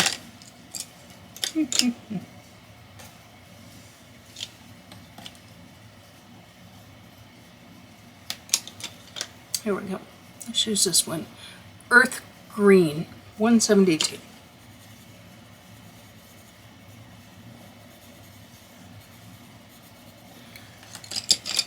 A little bit of our yellow ochre. And a little cinnamon.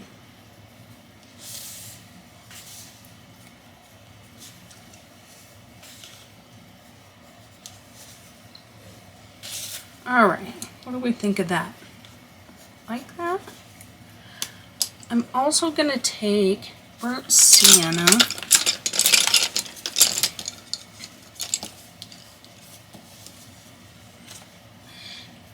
I think I'm going to go in and add some to these flowers.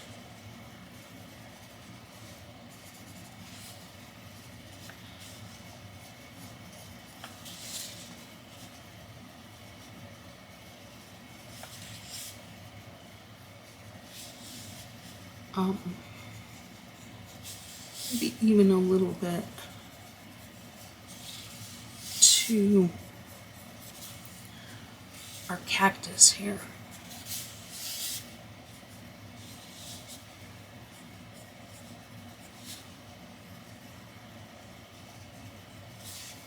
Just to punch it up a little bit.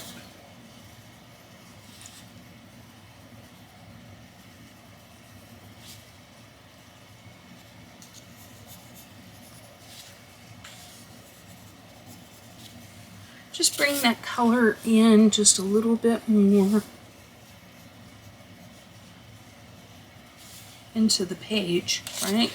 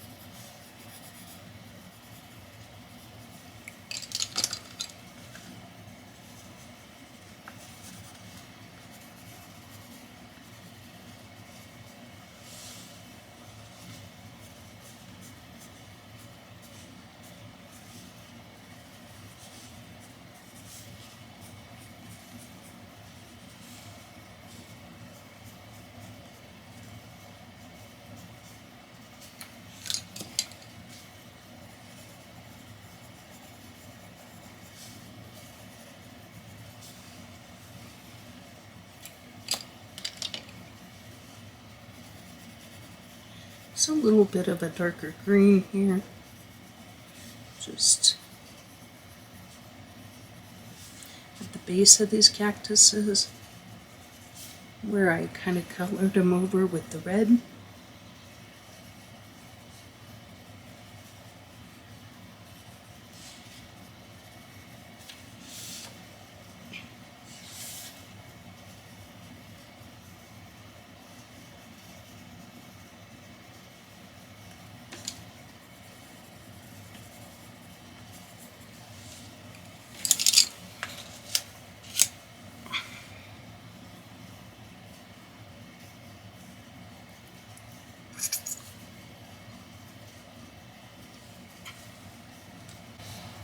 Alright, so let's touch up our sky a little bit. Just going in to the crevices and then bringing it out.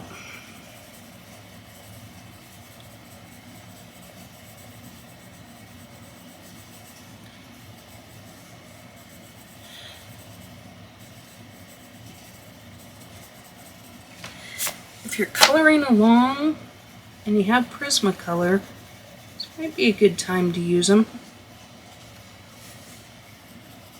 I think I would probably like one of those light blues about now. This one's a little bit more aqua. Well, I guess it says turquoise. I want to fade it out.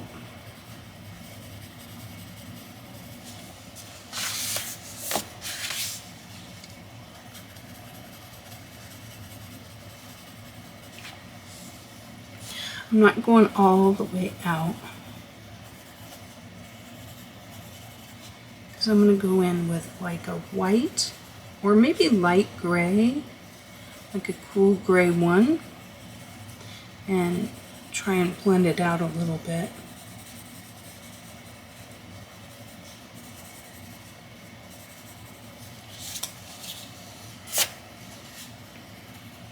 Let's see.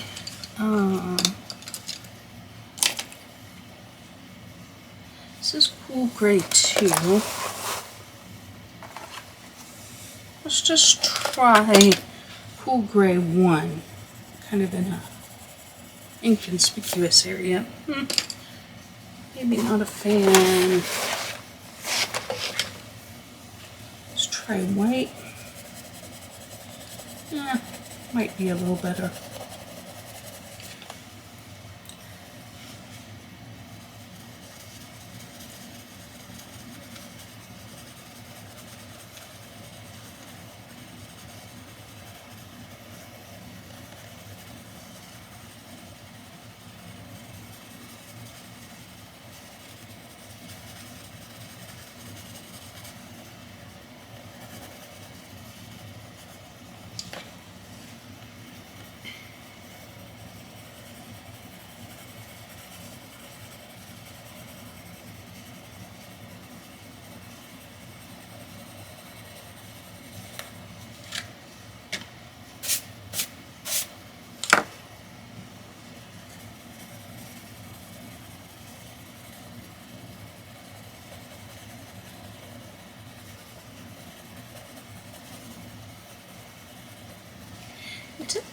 It's weird where I covered it with the white, it's not wanting to blend out very good.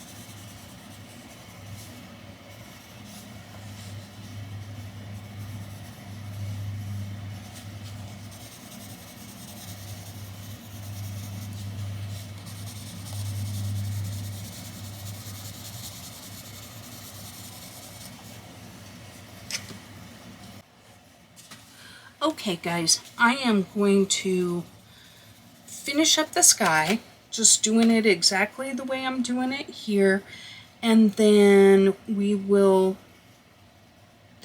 touch base again. Okay guys, let's wrap this up.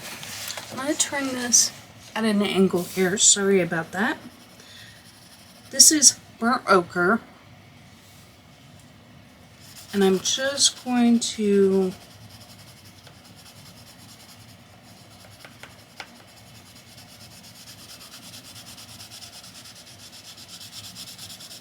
put a light layer down here.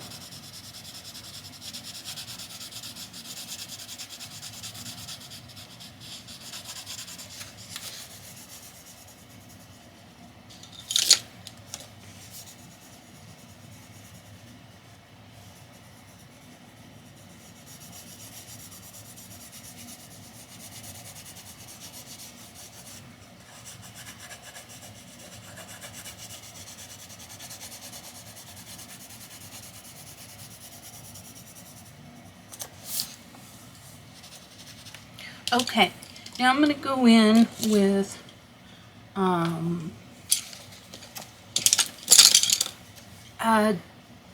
burnt umber, and I'm going to just go all along the edge here and just come out just a little.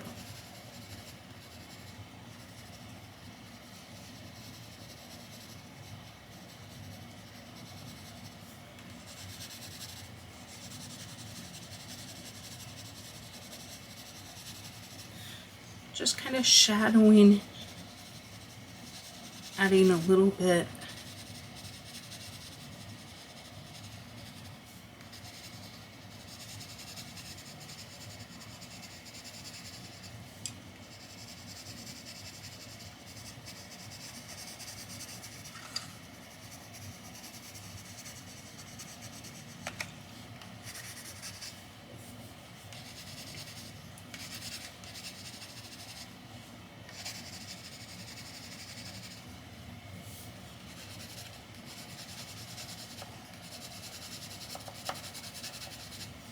Just add a little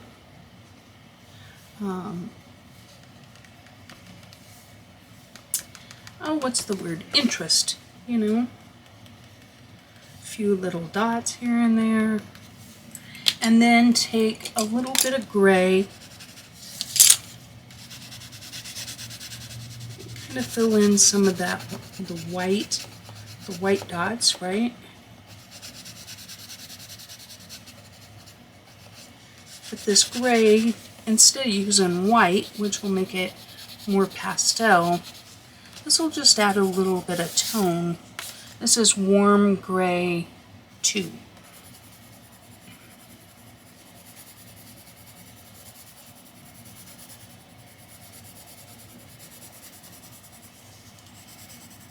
Okay, so now I'm going to go in just with a little bit of this helio turquoise and very lightly bring it into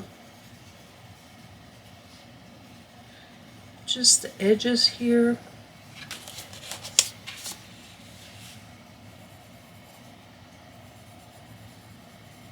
Just darkening it up just a little on the edge. Just once again, just for visual interest.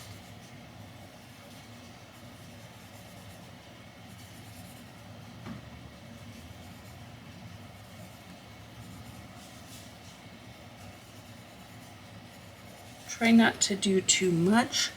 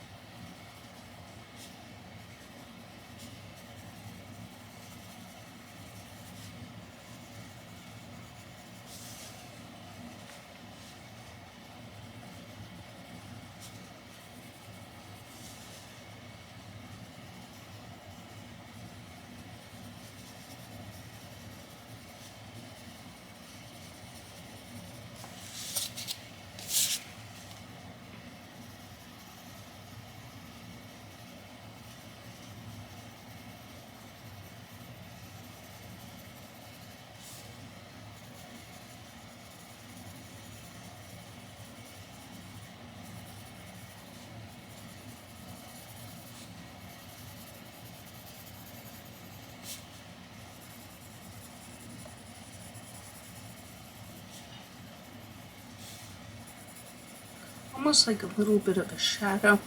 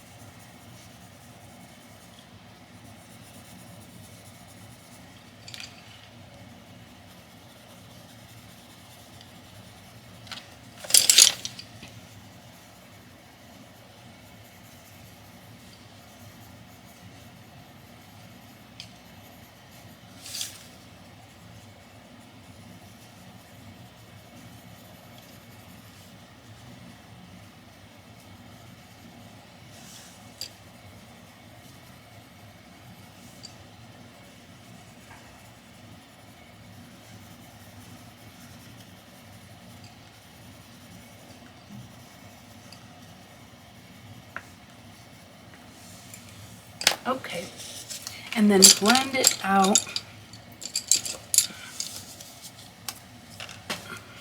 Now, down here, do you notice how much lighter this is? This is, I think what happened was it didn't get painted. This is just this color here. I'm guessing, could be wrong.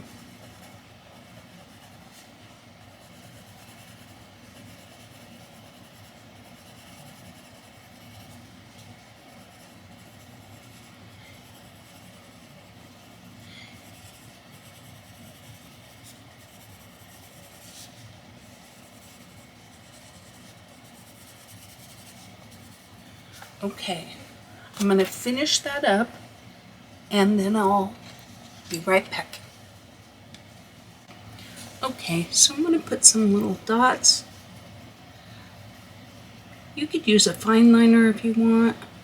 I just sharpen my colored pencil.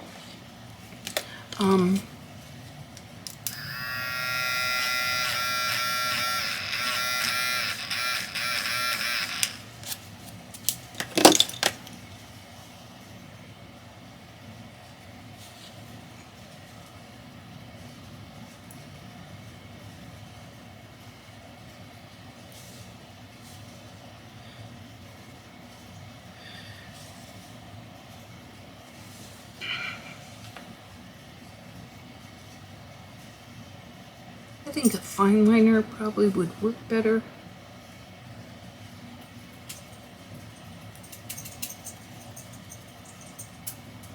But I don't really want to switch it now.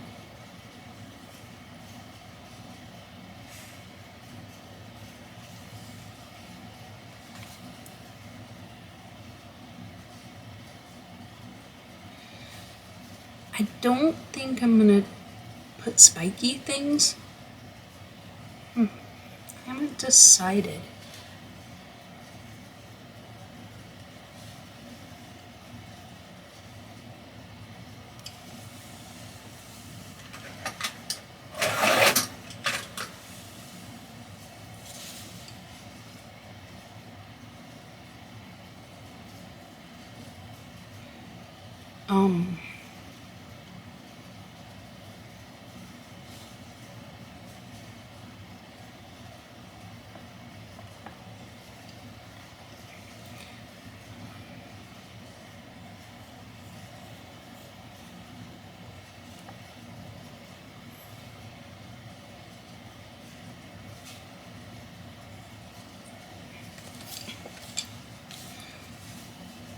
Some of these cactus definitely have more spiky things than others.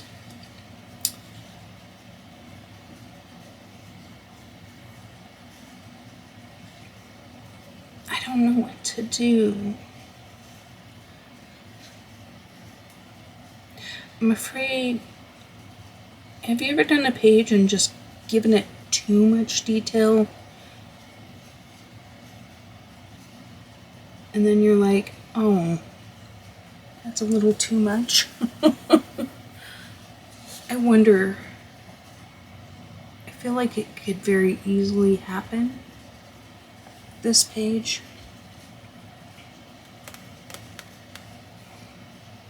But I also feel like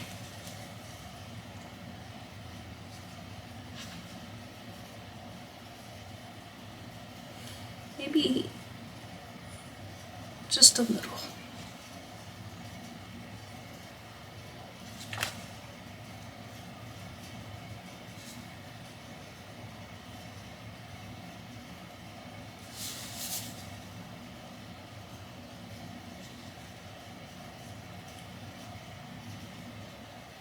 This one's in the forefront, so I feel like you would really see it more.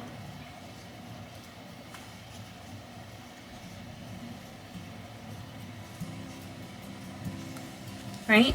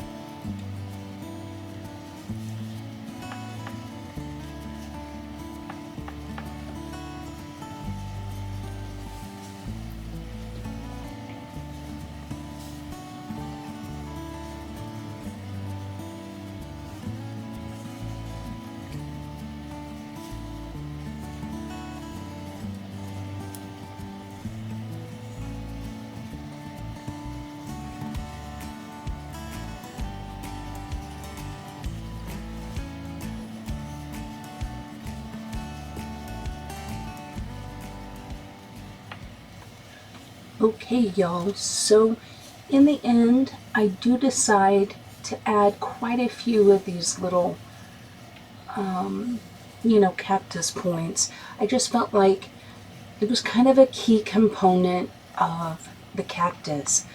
So I will attach a snapshot at the end of the final because I did not record all of the little flicks, but I basically did what I'm doing right now. So please do the YouTubey things, like, subscribe, share. I appreciate you hanging with me on this one. Let me know if you like this style of color along. I'll be honest, I can't do it with every page. There's just some pages it works better than others, but let me know if you like it so I can do more of them. And until the next time, take care.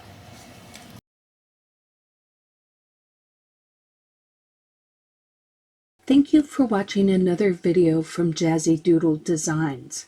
If you enjoy adult coloring content, please consider subscribing. You can now find me on Instagram and Facebook as well. I welcome all comments and suggestions. Don't forget to like the video before you go. And until next time, take care.